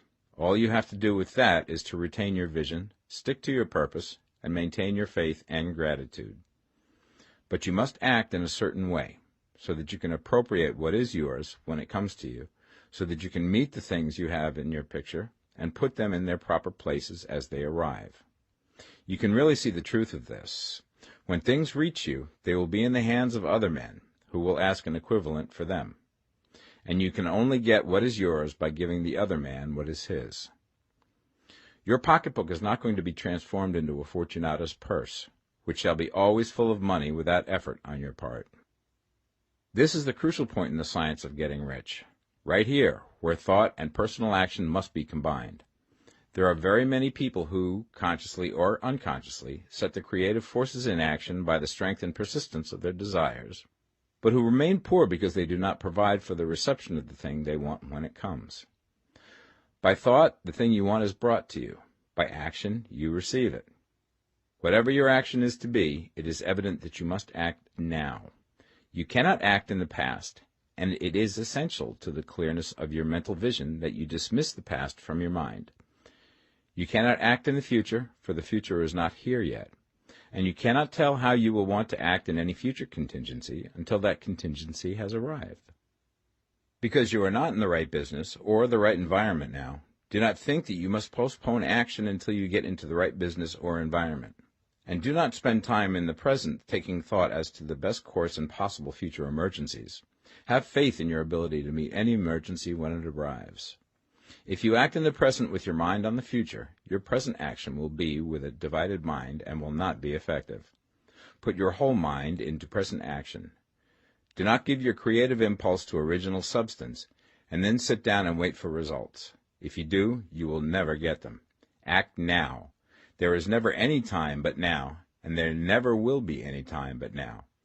If you are ever to begin to make ready for the reception of what you want, you must begin now. And your action, whatever it is, must most likely be in your present business or employment, and must be upon the persons and things in your present environment. You cannot act where you are not, you cannot act where you have been, and you cannot act where you are going to be. You can act only where you are. Do not bother as to whether yesterday's work was well done or ill done. Do today's work well. Do not try to do tomorrow's work now. There will be plenty of time to do that when you get to it. Do not try, by occult or mystical means, to act on people or things that are out of your reach. Do not wait for a change of environment. Before you act, get a change of environment by action. You can so act upon the environment in which you are now, as to cause yourself to be transferred to a better environment. Hold with faith and purpose the vision of yourself in the better environment, but act upon your present environment with all your heart and with all your strength and with all your mind. Do not spend any time in daydreaming or castle building. Hold to the one vision of what you want and act now. Do not cast about seeking some new thing to do, or some strange, unusual, or remarkable action to perform as a first step towards getting rich. It is probable that your actions, at least for some time to come, will be those you have been performing for some time past, but you are to begin now to perform these actions in a certain way, which will surely make you rich. If you are engaged in some business and feel that it is not the right one for you, do not wait until you get into the right business before you begin to act. Do not feel discouraged or sit down and lament because you are misplaced. No man was ever so misplaced that he could not find the right place, and no man ever became so involved in the wrong business but that he could get into the right business. Hold the vision of yourself in the right business, with the purpose to get into it, and the faith that you will get into it, and are getting into it, but act in your present business. Use your present business as the means of getting a better one, and use your present environment as the means of getting into a better one. Your vision of the right business, if held with faith and purpose, will cause the Supreme to move the right business towards you, and your action, if performed in a certain way, will cause you to move towards the business. If you are an employee or wage earner and feel that you must change places in order to get what you want, do not project your thought into space and rely upon it to get you another job. It will probably fail to do so. Hold the vision of yourself in the job you want, while you act with faith and purpose on the job you have, and you will certainly get the job you want. Your vision and faith will set the creative force in motion to bring it toward you, and your action will cause the forces in your own environment to move you toward the place you want. In closing this chapter, we will add another statement to our syllabus. There is a thinking stuff from which all things are made, and which, in its original state, permeates, penetrates, and fills the interspaces of the universe. A thought in this substance produces the thing that is imaged by the thought. Man can form things in his thought, and, by impressing his thought upon formless substance, can cause the thing he thinks about to be created. In order to do this, man must pass from the competitive to the creative mind. He must form a clear mental picture of the thing he wants, and hold this picture in his thoughts with the fixed purpose to get what he wants, and the unwavering faith that he does get what he wants, closing his mind to all that may tend to shake his purpose, dim his vision, or quench his faith.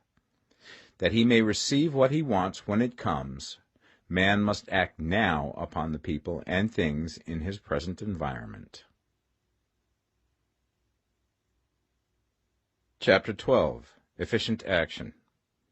You must use your thought as directed in previous chapters, and begin to do what you can do where you are, and you must do all that you can do where you are.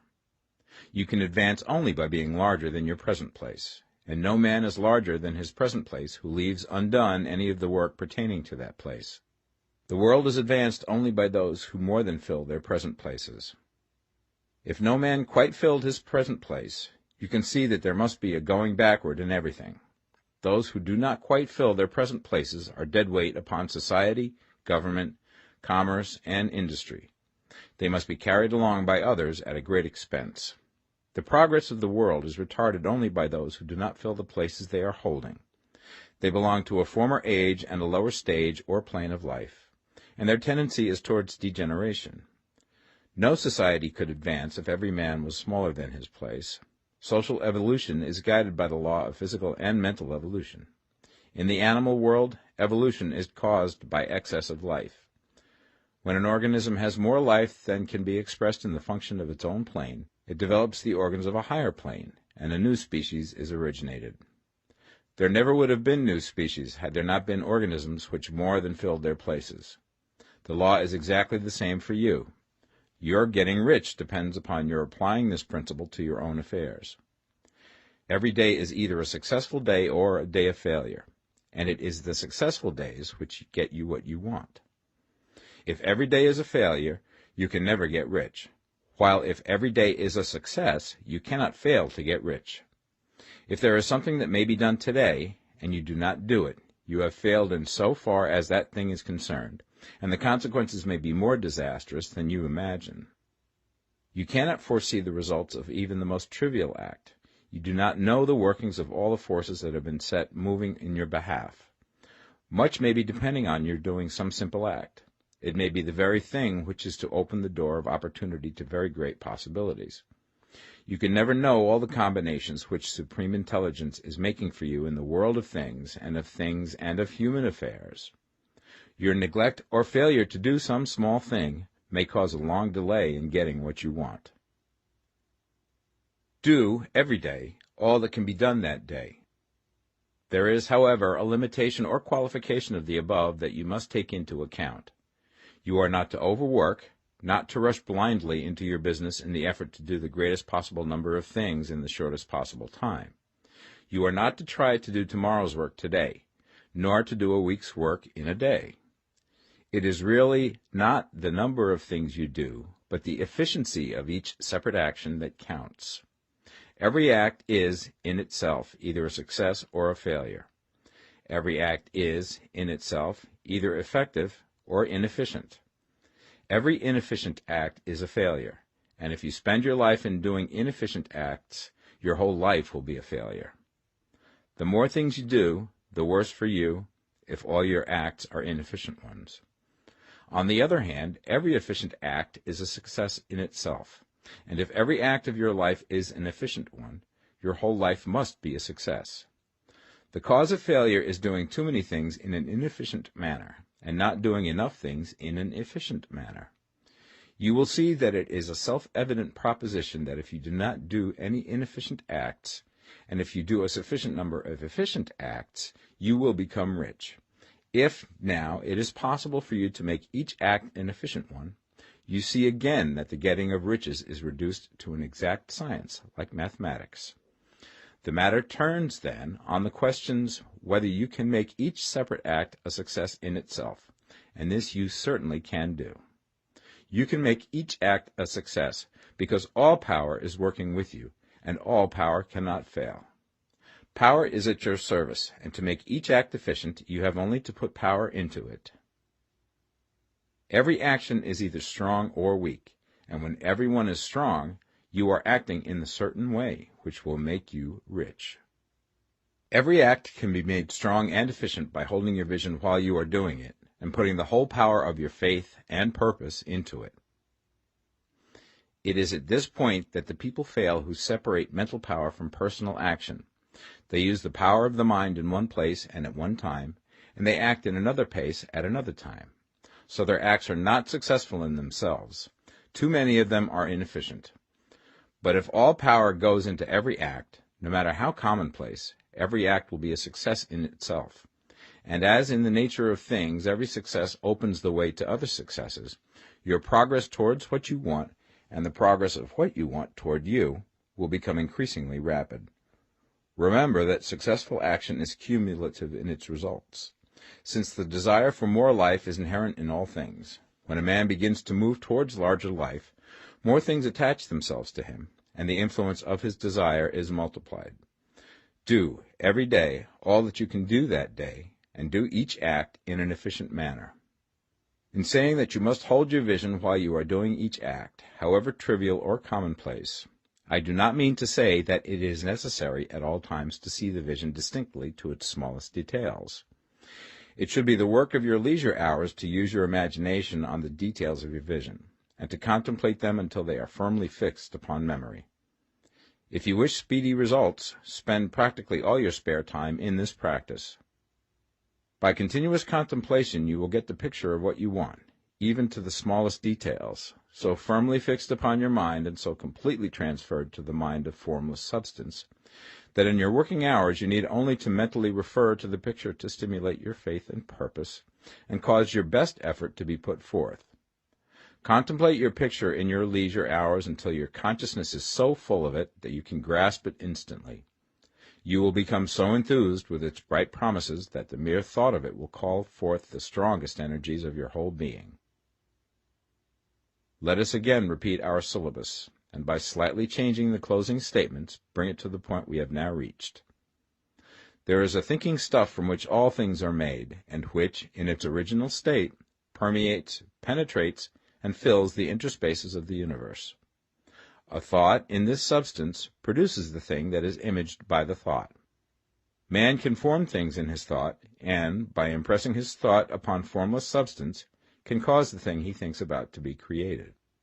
In order to do this, man must pass from competitive to the creative mind.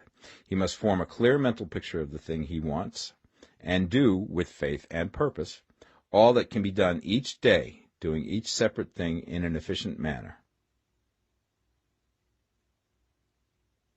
Chapter 13. Getting into the right business. Success in any particular business depends for one thing upon your possessing in a well-developed state the faculties required in that business. Without good musical faculty, no one can succeed as a teacher of music. Without well-developed mechanical faculties, no one can achieve great success in any of the mechanical trades. Without tact and the commercial faculties, no one can succeed in the mercantile pursuits. But to possess in a well-developed state the faculties required in your particular vocation does not ensure getting rich.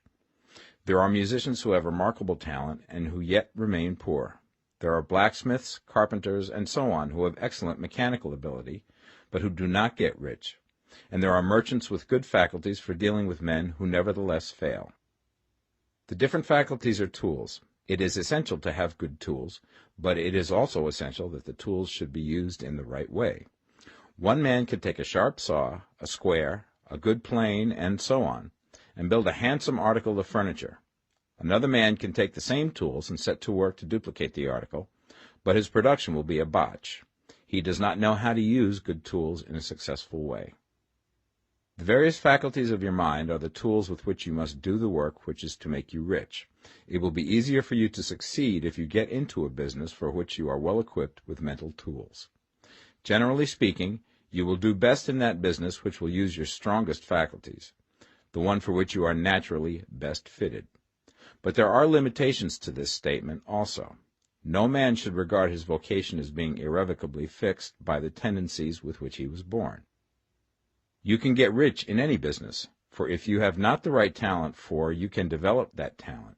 It merely means that you will have to make your tools as you go along, instead of confining yourself to the use of those with which you were born. It will be easier for you to succeed in a vocation for which you already have the talent in a well-developed state, but you can succeed in any vocation, for you can develop any rudimentary talent, and there is no talent of which you have not at least the rudiment.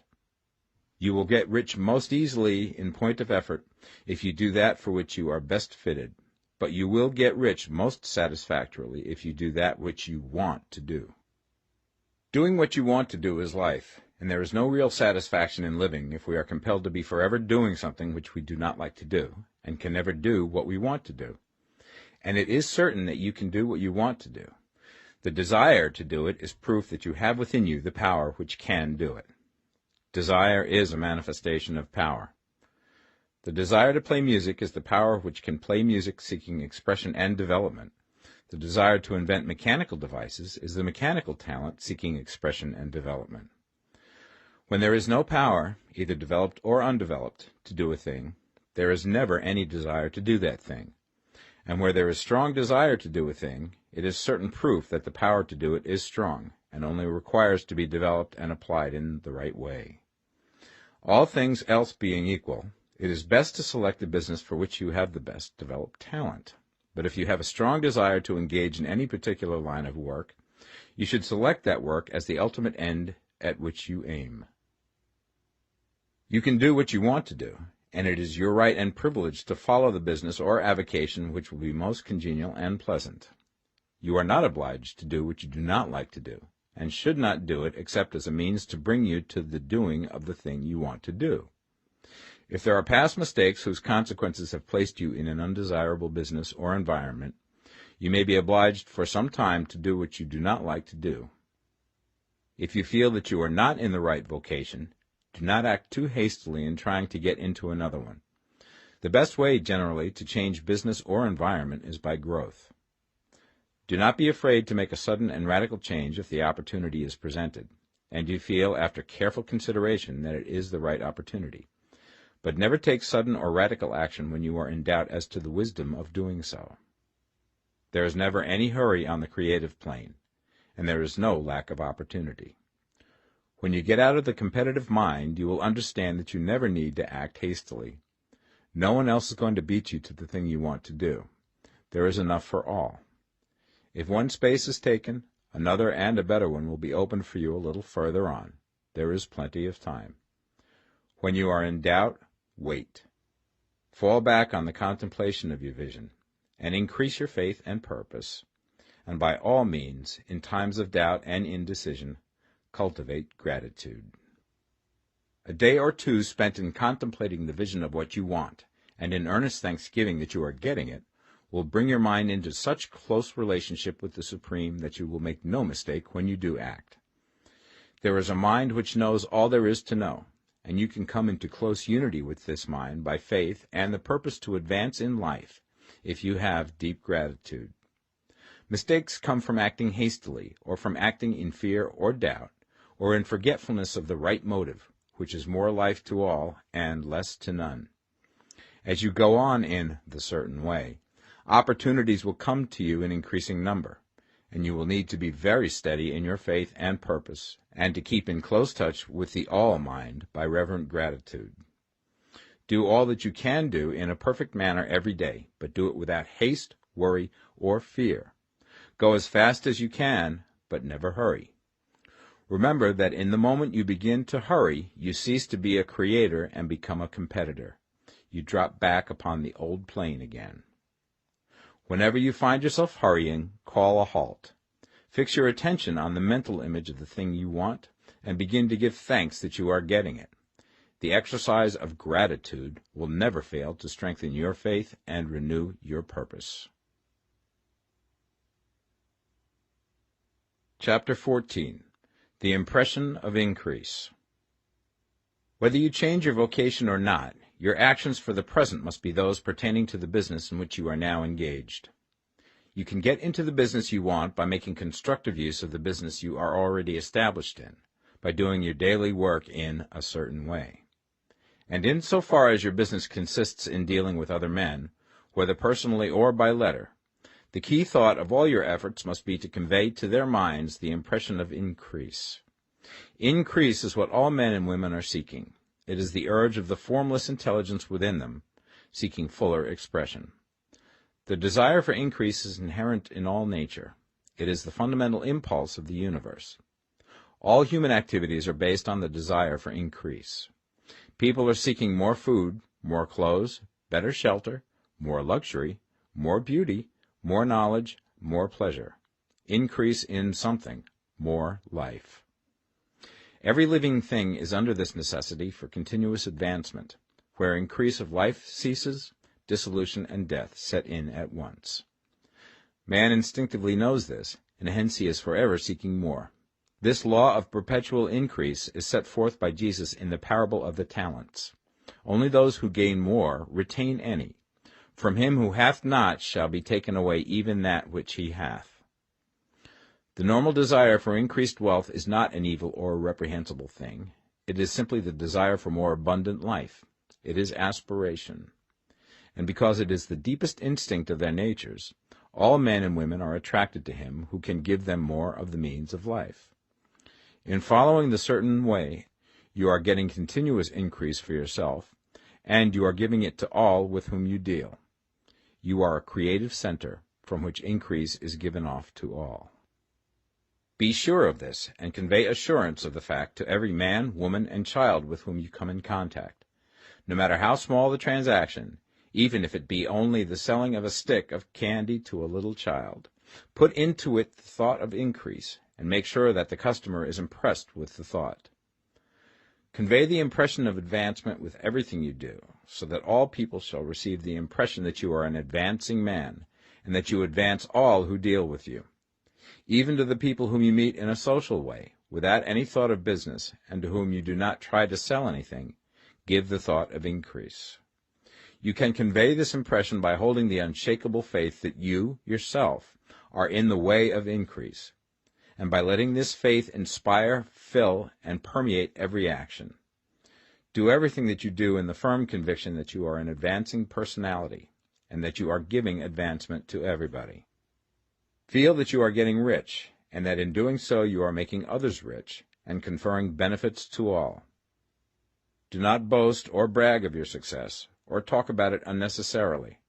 True faith is never boastful. Wherever you find a boastful person, you find one who is secretly doubtful and afraid. Simply feel the faith, and let it work out in every transaction. Let every act and tone and look express the quiet assurance that you are getting rich, that you are already rich. Words will not be necessary to communicate this feeling to others. They will feel the sense of increase when in your presence and will be attracted to you again. You must so impress others that they will feel that in associating with you they will get increase for themselves. See that you give them a use value greater than the cash value you are taking from them. Take an honest pride in doing this, and let everybody know it, and you will have no lack of customers. People will go where they are given increase, and the Supreme, which desires increase in all, and which knows all, will move towards you men and women who have never heard of you. Your business will increase rapidly, and you will be surprised at the unexpected benefits which will come to you. You will be able from day to day to make larger combinations, secure greater advantages, and to go on into a more congenial vocation if you desire to do so. You must never lose sight of your vision of what you want, or your faith and purpose to get what you want. Let me here give you another word of caution in regards to motives. Beware of the insidious temptation to seek for power over other men. Nothing is so pleasant to the unformed or partially developed mind as the exercise of power or dominion over others. The desire to rule for selfish gratification has been the curse of the world. For countless ages, kings and lords have drenched the earth with blood in their battles to extend their dominions, this not to seek more life for all, but to get more power for themselves. Today, the main motive in the business and industrial world is the same. Men marshal their armies of dollars and lay waste the lives and hearts of millions in the same mad scramble for power over others. Commercial kings, like political kings, are inspired by the lust for power. Jesus saw in this desire for mastery the moving impulse of that evil world he sought to overthrow. Read the 23rd chapter of Matthew and see how he pictures the lust of the Pharisees to be called master, to sit in the high places, to domineer over others, and to lay burdens on the backs of the less fortunate. And note how he compares this lust for dominion with the brotherly seeking for the common good to which he calls his disciples. Look out for the temptation to seek for authority, to become a master, to be considered as one who is above the common herd, to impress others by lavish display, and so on.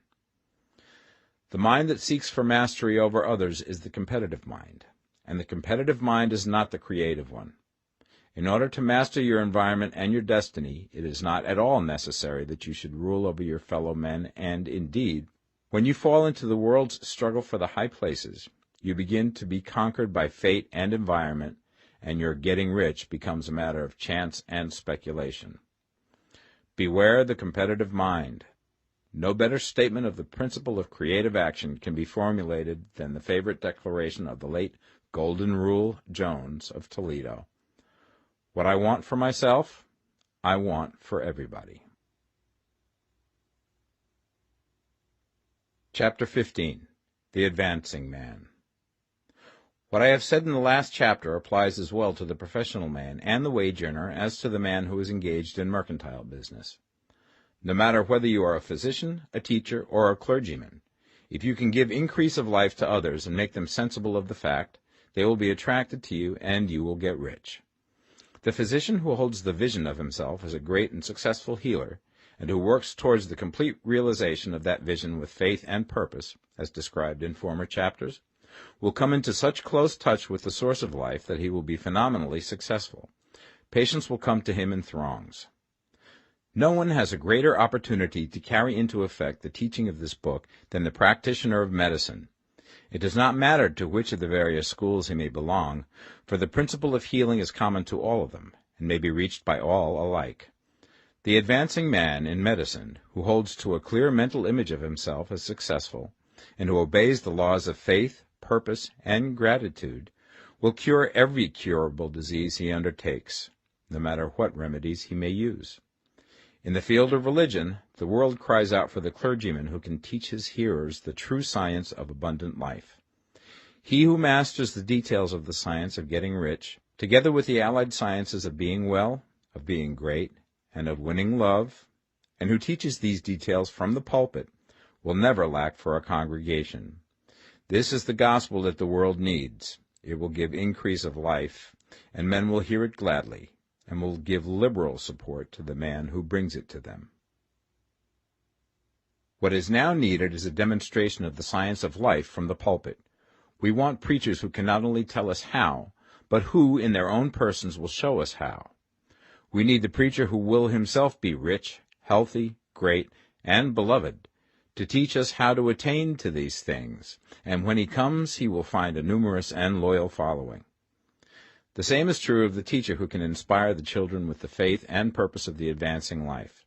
He will never be out of a job, and any teacher who has this faith and purpose can give it to his pupils.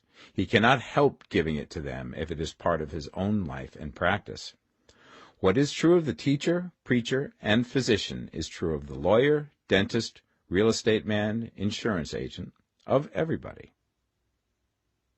The combined mental and personal action I have described is infallible. It cannot fail.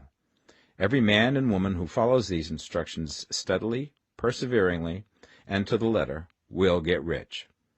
The law of the increase of life is as mathematically certain in its operation as the law of gravitation. Getting rich is an exact science. The wage earner will find this as true of his case as of any others mentioned. Do not feel that you have no chance to get rich because you are working where there is no visible opportunity for advancement, where wages are small and the cost of living high. Form your clear mental vision of what you want and begin to act with faith and purpose. Do the work that you can do every day, and do each piece of work in a perfectly successful manner. Put the power of success and the purpose to get rich into everything that you do. But do not do this merely with the idea of currying favor with your employer in the hopes that he or those above you will see your good work and advance you. It is not likely that they will do so. The man who is merely a good workman, filling his place to the very best of his ability, and satisfied with that, is valuable to his employer, and it is not to the employer's interest to promote him. He is worth more where he is. To secure advancement, something more is necessary than to be too large for your place.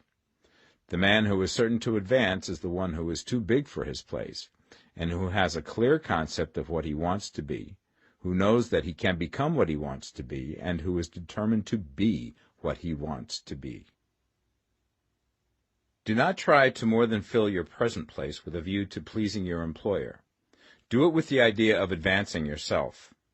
Hold the faith and purpose of increase during work hours, after work hours, and before work hours.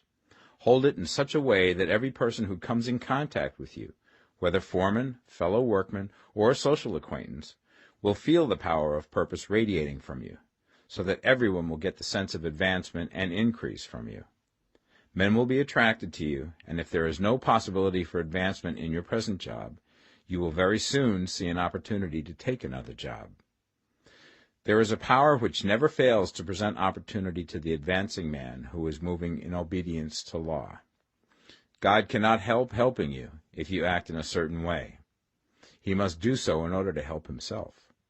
There is nothing in your circumstances or in the industrial situation that can keep you down. If you cannot get rich working for the Steel Trust, you can get rich on a 10-acre farm. And if you begin to move in the certain way, you will certainly escape from the clutches of the Steel Trust and get on to the farm or wherever else you wish to be. If a few thousands of its employees would enter upon the certain way, the Steel Trust would soon be in a bad plight. It would have to give its working men more opportunity or go out of business. Nobody has to work for a trust. The trusts can keep men in so-called hopeless conditions only so long as there are men who are too ignorant to know of the science of getting rich, or too intellectually slothful to practice it. Begin this way of thinking and acting, and your faith and purpose will make you quick to see any opportunity to better your condition. Such opportunities will speedily come, for the Supreme, working in all and working for you, will bring them before you. Do not wait for an opportunity to be all that you want to be. When an opportunity to be more than you are now is presented, and you feel impelled toward it, take it. It will be the first step towards a greater opportunity. There is no such thing possible in this universe as a lack of opportunities for the man who is living the advancing life. It is inherent in the constitution of the cosmos that all things shall be for him and work together for his good, and he must certainly get rich if he acts and thinks in a certain way. So let wage-earning men and women study this book with great care, and enter with confidence upon the course of action it prescribes. It will not fail. Chapter 16. Some Cautions and Concluding Observations.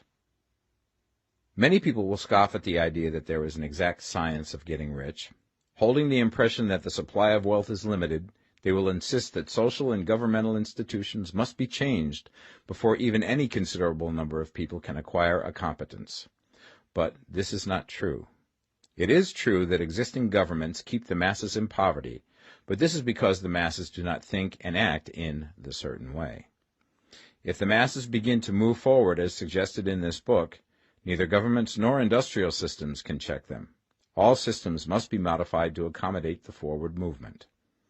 If the people have the advancing mind, have the faith that they can become rich, and move forward with the fixed purpose to become rich, nothing can possibly keep them in poverty. Individuals may enter upon the certain way at any time and under any government, and may make themselves rich. And when any considerable number of individuals do so under any government, they will cause the system to be so modified as to open the way for others. The more men who get rich on the competitive plane, the worse for others. The more who get rich on the creative plane, the better for others. The economic salvation of the masses can only be accomplished by getting a large number of people to practice the scientific method set down in this book and become rich. These will show others the way and inspire them with a desire for real life, with the faith it can be attained, and with the purpose to attain it. For the present, however, it is enough to know that neither the government under which you live nor the capitalistic or competitive system of industry can keep you from getting rich. When you enter upon the creative plane of thought, you will rise above all these things and become a citizen of another kingdom. But remember that your thought must be held upon the creative plane. You are never for an instant to be betrayed into regarding the supply as limited, or into acting on the moral level of competition. Whenever you do fall into old ways of thought, correct yourself instantly, for when you are in the competitive mind, you have lost the cooperation of the mind of the whole. Do not spend any time in planning as to how you will meet possible emergencies in the future, except as the necessary policies may affect your actions today. You are concerned with doing today's work in a perfectly successful manner, and not with emergencies which may arise tomorrow. You can attend to them as they come. Do not concern yourself with questions as to how you shall surmount obstacles which may loom upon your business horizon, unless you can see plainly that your course must be altered today in order to avoid them. No matter how tremendous an obstruction may appear at a distance, you will find that if you go on in the certain way, it will disappear as you approach it, or that a way over, through, or around it will appear. No possible combination of circumstances can defeat a man or woman who is proceeding to get rich along strictly scientific lines. No man or woman who obeys the law can fail to get rich, any more than one can multiply 2 by 2 and fail to get 4. Give no anxious thought to possible disasters, obstacles, panics, or unfavorable combinations of circumstances. It is time enough to meet such things when they present themselves before you in the immediate present, and you will find that every difficulty carries with it the wherewithal for its overcoming. Guard your speech. Never speak of yourself, your affairs, or of anything else in a discouraged or discouraging way. Never admit the possibility of failure, or speak in a way that infers failure as a possibility. Never speak of times as being hard, or of business conditions as being doubtful. Times may be hard and business doubtful for those who are on the competitive plane, but they can never be so for you. You can create what you want, and you are above fear. When others are having hard times and poor business, you will find your greatest opportunities. Train yourself to think of and to look upon the world as a something which is becoming, which is growing, and to regard seeming evil as being only that which is undeveloped.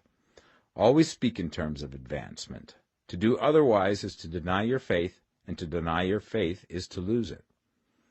Never allow yourself to feel disappointed. You may expect to have a certain thing at a certain time, and not get it at that time, and this will appear to you like failure. But if you hold to your faith, you will find that the failure is only apparent. Go on in the certain way, and if you do not receive that thing, you will receive something so much better that you will see that the seeming failure was really a great success. A student of this science had set his mind on making a certain business combination which seemed to him at the time to be very desirable, and he worked for some weeks to bring it about. When the crucial time came, the thing failed in a perfectly inexplicable way. It was as if some unseen influence had been working secretly against him. He was not disappointed. On the contrary, he thanked God that his desire had been overruled, and went steadily on with a grateful mind. In a few weeks an opportunity so much better came his way that he would not have made the first deal on any account, and he saw that a mind which knew more than he knew had prevented him from losing the greater good by entangling himself with the lesser. That is the way every seeming failure will work out for you, if you keep your faith, hold to your purpose, have gratitude, and do, every day, all that can be done that day, doing each separate act in a successful manner. When you make a failure, it is because you have not asked for enough. Keep on, and a larger thing than you were seeking will certainly come to you. Remember this. You will not fail because you lack the necessary talent to do what you wish to do. If you go on as I have directed, you will develop all the talent that is necessary to the doing of your work. It is not within the scope of this book to deal with the science of cultivating talent, but it is as certain and simple as the process of getting rich. However, do not hesitate or waver for fear that when you come to any certain place you will fail for lack of ability. Keep right on, and when you come to that place, the ability will be furnished to you. The same source of ability which enabled the untaught Lincoln to do the greatest work in government ever accomplished by a single man is open to you. You may draw upon all the mind there is for wisdom to use in meeting the responsibilities which are laid upon you. Go on in full faith.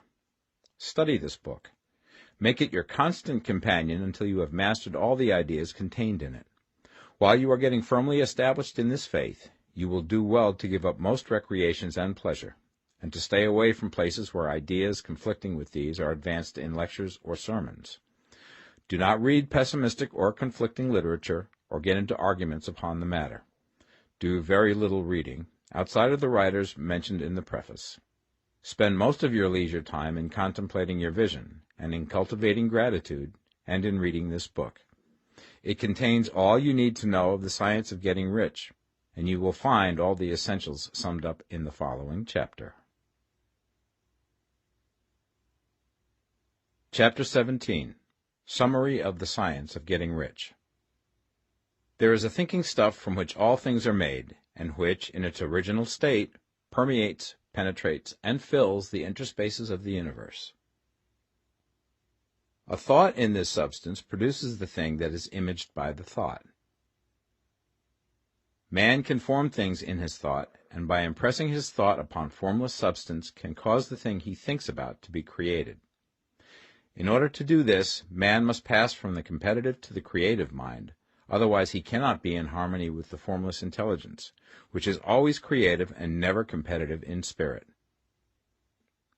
Man may come into full harmony with the formless substance by entertaining a lively and sincere gratitude for the blessings it bestows upon him. Gratitude unifies the mind of man with the intelligence of substance, so that man's thoughts are received by the formless. Man can remain upon the creative plane only by uniting himself with the formless intelligence through a deep and continuing feeling of gratitude. Man must form a clear and definite mental image of the things he wishes to have, to do, or to become, and he must hold this mental image in his thoughts, while being deeply grateful to the Supreme that all his desires are granted to him. The man who wishes to get rich must spend his leisure hours in contemplating his vision, and in earnest thanksgiving that the reality is being given to him. Too much stress cannot be laid on the importance of frequent contemplation of the mental image, coupled with unwavering faith and devout gratitude. This is the process by which the impression is given to the formless, and the creative forces set in motion. The creative energy works through the established channels of natural growth, and of the industry and social order. All that is included in his mental image will surely be brought to the man who follows the instructions given above, and whose faith does not waver. What he wants will come to him through the ways of established trade and commerce. In order to receive his own when it shall come to him, man must be active, and this activity can only consist in more than filling his present place. He must keep in mind the purpose to get rich through the realization of his mental image. And he must do, every day, all that can be done that day, taking care to do each act in a successful manner. He must give to every man a use value in excess of the cash value he receives, so that each transaction makes for more life, and he must so hold the advancing thought that the impression of increase will be communicated to all with whom he comes in contact.